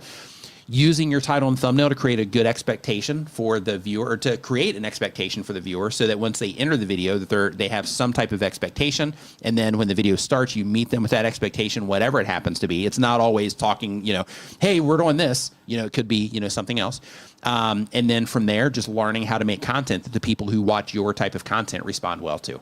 And then once you do all of those things, then your channel's going to start doing better, even if you stay with the same exact publishing schedule that you currently have. Tango in the Kitchen says, I'm living proof that consistency is key. Yeah, it's definitely helpful. And consistency is helpful in a lot of different ways. So brand consistency is good for making sure that everything that you're doing and people interact with it, that you have the same like messaging and the same vibe and all that stuff. When it comes in that they feel, in similar ways around what it is that you're doing. Consistent publishing keeps you sharp. And it keeps you, on top of what it is that you're doing, and keeps you just in that motion where you continue to have that momentum. Both of those things are really important. And that consistency also in terms of the process of creating and publishing content, working that consistency into your lifestyle can also be very important. It's difficult to get going with the channel. It's difficult to create your first videos and to build that momentum. And if you go too far, if you take too many breaks, if you start adding more and more distance between the videos, believe me, I did this. It makes it really hard to make videos again. Yeah. Like you can go from difficult, then you get it going, you climb up the mountain, you're pushing the ball, okay, I made it up there and I'm pushing the ball and the ball's rolling down, everything's going really well. And then you start slowing down and that distance between videos gets larger and larger and larger. You're going to find that you're pushing that boulder again. Yeah. And the boulder's a lot heavier the second time around. Yeah. So I would say if you try to be as consistent as possible, and even when you don't want to do it, try to do it. Yeah. Because for some people, taking a break works. Mm-hmm. It's worked out. For others, it doesn't work. Mm-hmm. It's a roll of the dice that you're going to take with your channel. While you're talking about this, cover me for for 1 second. Yeah. Not being consistent is a roll of the dice that you're taking with your channel. So I took a really long break, not uploading videos, and I did live streams for a while, and I just stopped doing that. I just burned out on all cylinders, and I just didn't want to do it anymore. And now that I want to do it again, and I have been doing it again, and I'm uploading videos, but it's few and far between. I'm pushing that boulder back up the mountain again, but it's difficult. It's really difficult, and your audience changes a lot. So people who used to come in and watch my videos all the time, now that I've gone to a period of time where I didn't publish as much, they've moved on. YouTube's not recommending my videos to them as much. So now when I do publish a content, like I used to upload a video, for example, even though it was targeted for search, I would publish a video within 24 hours, I would always get 1,000 or 1,500 views, even on a bad video. But now that I'm starting over, that 24-hour period, the same 24-hour period, I'll get a few hundred views, 500 views if I'm lucky. If a handful of people share it, maybe I'll get 1,000 if I'm lucky. So I have to build that momentum again. And it sucks. So I would urge you, don't do that. Try to find some level of consistency. You don't have to upload every Tuesday, Wednesday, or Thursday, but try to find some level of consistency and just stick with it. So your audience is going to know that you're uploading on some regular basis. And the more your audience consumes your content, the more YouTube is going to recommend your new videos to your audience and to new audiences as well. Which can create, a snowball effect. Right, exactly. Especially when you stay on top of it. Exactly. Yeah, that's a great way to keep it going. Hey, Rob the Maritimer in the house. What's up, dude? Hope you're doing fantastic. Oh, hey, man. Nice to see you in here. Yeah. Yep. Yeah, I was just going to say, I can't urge people enough to stay consistent. Yeah. Like if there's one thing I've learned throughout all of this, I've done this now for 7 years, channel's 7 years old. Mm-hmm. Is how important consistency is. Yeah. Even when you think like, okay, everything's cruising, everything is going, the brand deals are coming in, the views are coming in, I can pretty much upload whatever, it's going to do okay or whatever. If you drop the consistency, the wheels fall off eventually. So yeah, maintain that consistency as hard as it is. Yeah. So the next channel here. By the way, Rob's got a fantastic channel. Yeah, he does. Good to see you in here, Rob. Yeah, if you, he talks about YouTube related stuff as well. Definitely check him out. This is his channel right here. Yep. So definitely check him out. Talks about, YouTube stuff as well. Really good content over there. Yep. Hey, Sue. So the next channel here, they do educational. They don't have a channel yet, but they are going to do educational and inspirational content. The goal of the channel is to connect with others who like what they like. And the question is, thanks, D, for the cap on cap. So I guess that means the CapCut. D, when you mentioned the alternative editing app VN, you said you'd discuss voiceovers. Where do I find your video on how-tos of voiceovers? Voiceovers? Yeah. I'm not sure I talked about voiceovers. Yeah, I'm not sure. Yeah. I haven't made a video yet on how to do a voiceover in VN. If that's what you're looking, I may have mentioned it in the actual tutorial itself. Like, oh, and they have a voiceover option. I guess that's something I'm gonna have to make a video of. Yep. Since I will be making a handful of videos on CapCut alternatives, I can just tell you right out of the gate, if you don't mind a steep learning curve, DaVinci Resolve is going to be the way to go. I think if you're looking for free, there's also Adobe Premiere and Final Cut Pro. There are other great platforms. If you're looking for something free to get started, DaVinci Resolve is great. Daniel Battelle has a lot of videos on that. Yes. If you're looking for an app or something a little bit less expensive or has a free or relatively cheap, VN is a great replacement. Yes. It's not as good as CapCut, but it's good. You can get up and run with CapCut. So I don't have any video tutorials on how to do voiceovers yet, but I'll look into that and see if I can add it to my list of things to do. I'm gonna have to build out a playlist on VN and all the other alternatives. Yeah. Yeah. And on that note, I do want to remind you, if you are just getting started with all of this stuff, YouTube can be challenging. And because of that, the best way forward is to work on the skills around doing the thing. So that comes down to how you're presenting the content, if you're on camera or not, if you're just using your voice. It comes down to how you're presenting the content. It comes down to the decisions that you're making on the topics that you publish videos about. It comes down to how you package those in terms of the title and thumbnail. And it comes down to how you're making the videos. So focus on those things and the details involved in all of those things. Those are going to move the needle for you more than anything else that you can do for your channel. So work on the skill set side. When you have downtime, listen to, or watch videos on video editing. When you have downtime, watch videos on, presenting. When you have downtime, watch videos on, like voiceover related stuff, so you can learn how to use your voice if you're doing more voiceover work. But make sure that you are focusing on building the skill sets. Don't respond well to videos where they're promising you like hacks and tricks and all this other stuff, because there isn't a hack or a trick that's going to do the thing. The thing that does it is quality content that the people that you're targeting respond well to. So make sure that you're focused on those things, because those are going to be the things that move the needle for you the most. And because this is challenging, hang in there. You got this. Embrace that you're in a learning curve, because that learning curve is... so here we got Insane Wheels and their viewers just joined. What's going on, Insane Wheels viewers? Hope that you guys are all doing great. But when it comes to YouTube, it is that learning curve. So it can be frustrating. It can make you want to bash your face against the table when you publish videos and they don't do as well as you hoped. But just remember, it's just part of the process, right? So you just have to learn how to do the thing, just like you have to learn how to play instruments. You have to learn, how to get fit if you're trying to do that. When you get a new job, you got a bunch of stuff you got to learn. So hang in there. You got this. We'll see you next Saturday, 9 a.m. Eastern. And have a great rest of your week, D. Good stream. Yep, great stream. Yep. Thanks, everybody. Have a great week. Yep, we'll see you next time.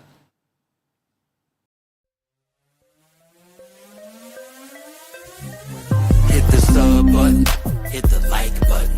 If you're having fun, comment, type something. If you're laying back, leaning and engage, just take a second to smash the whole page.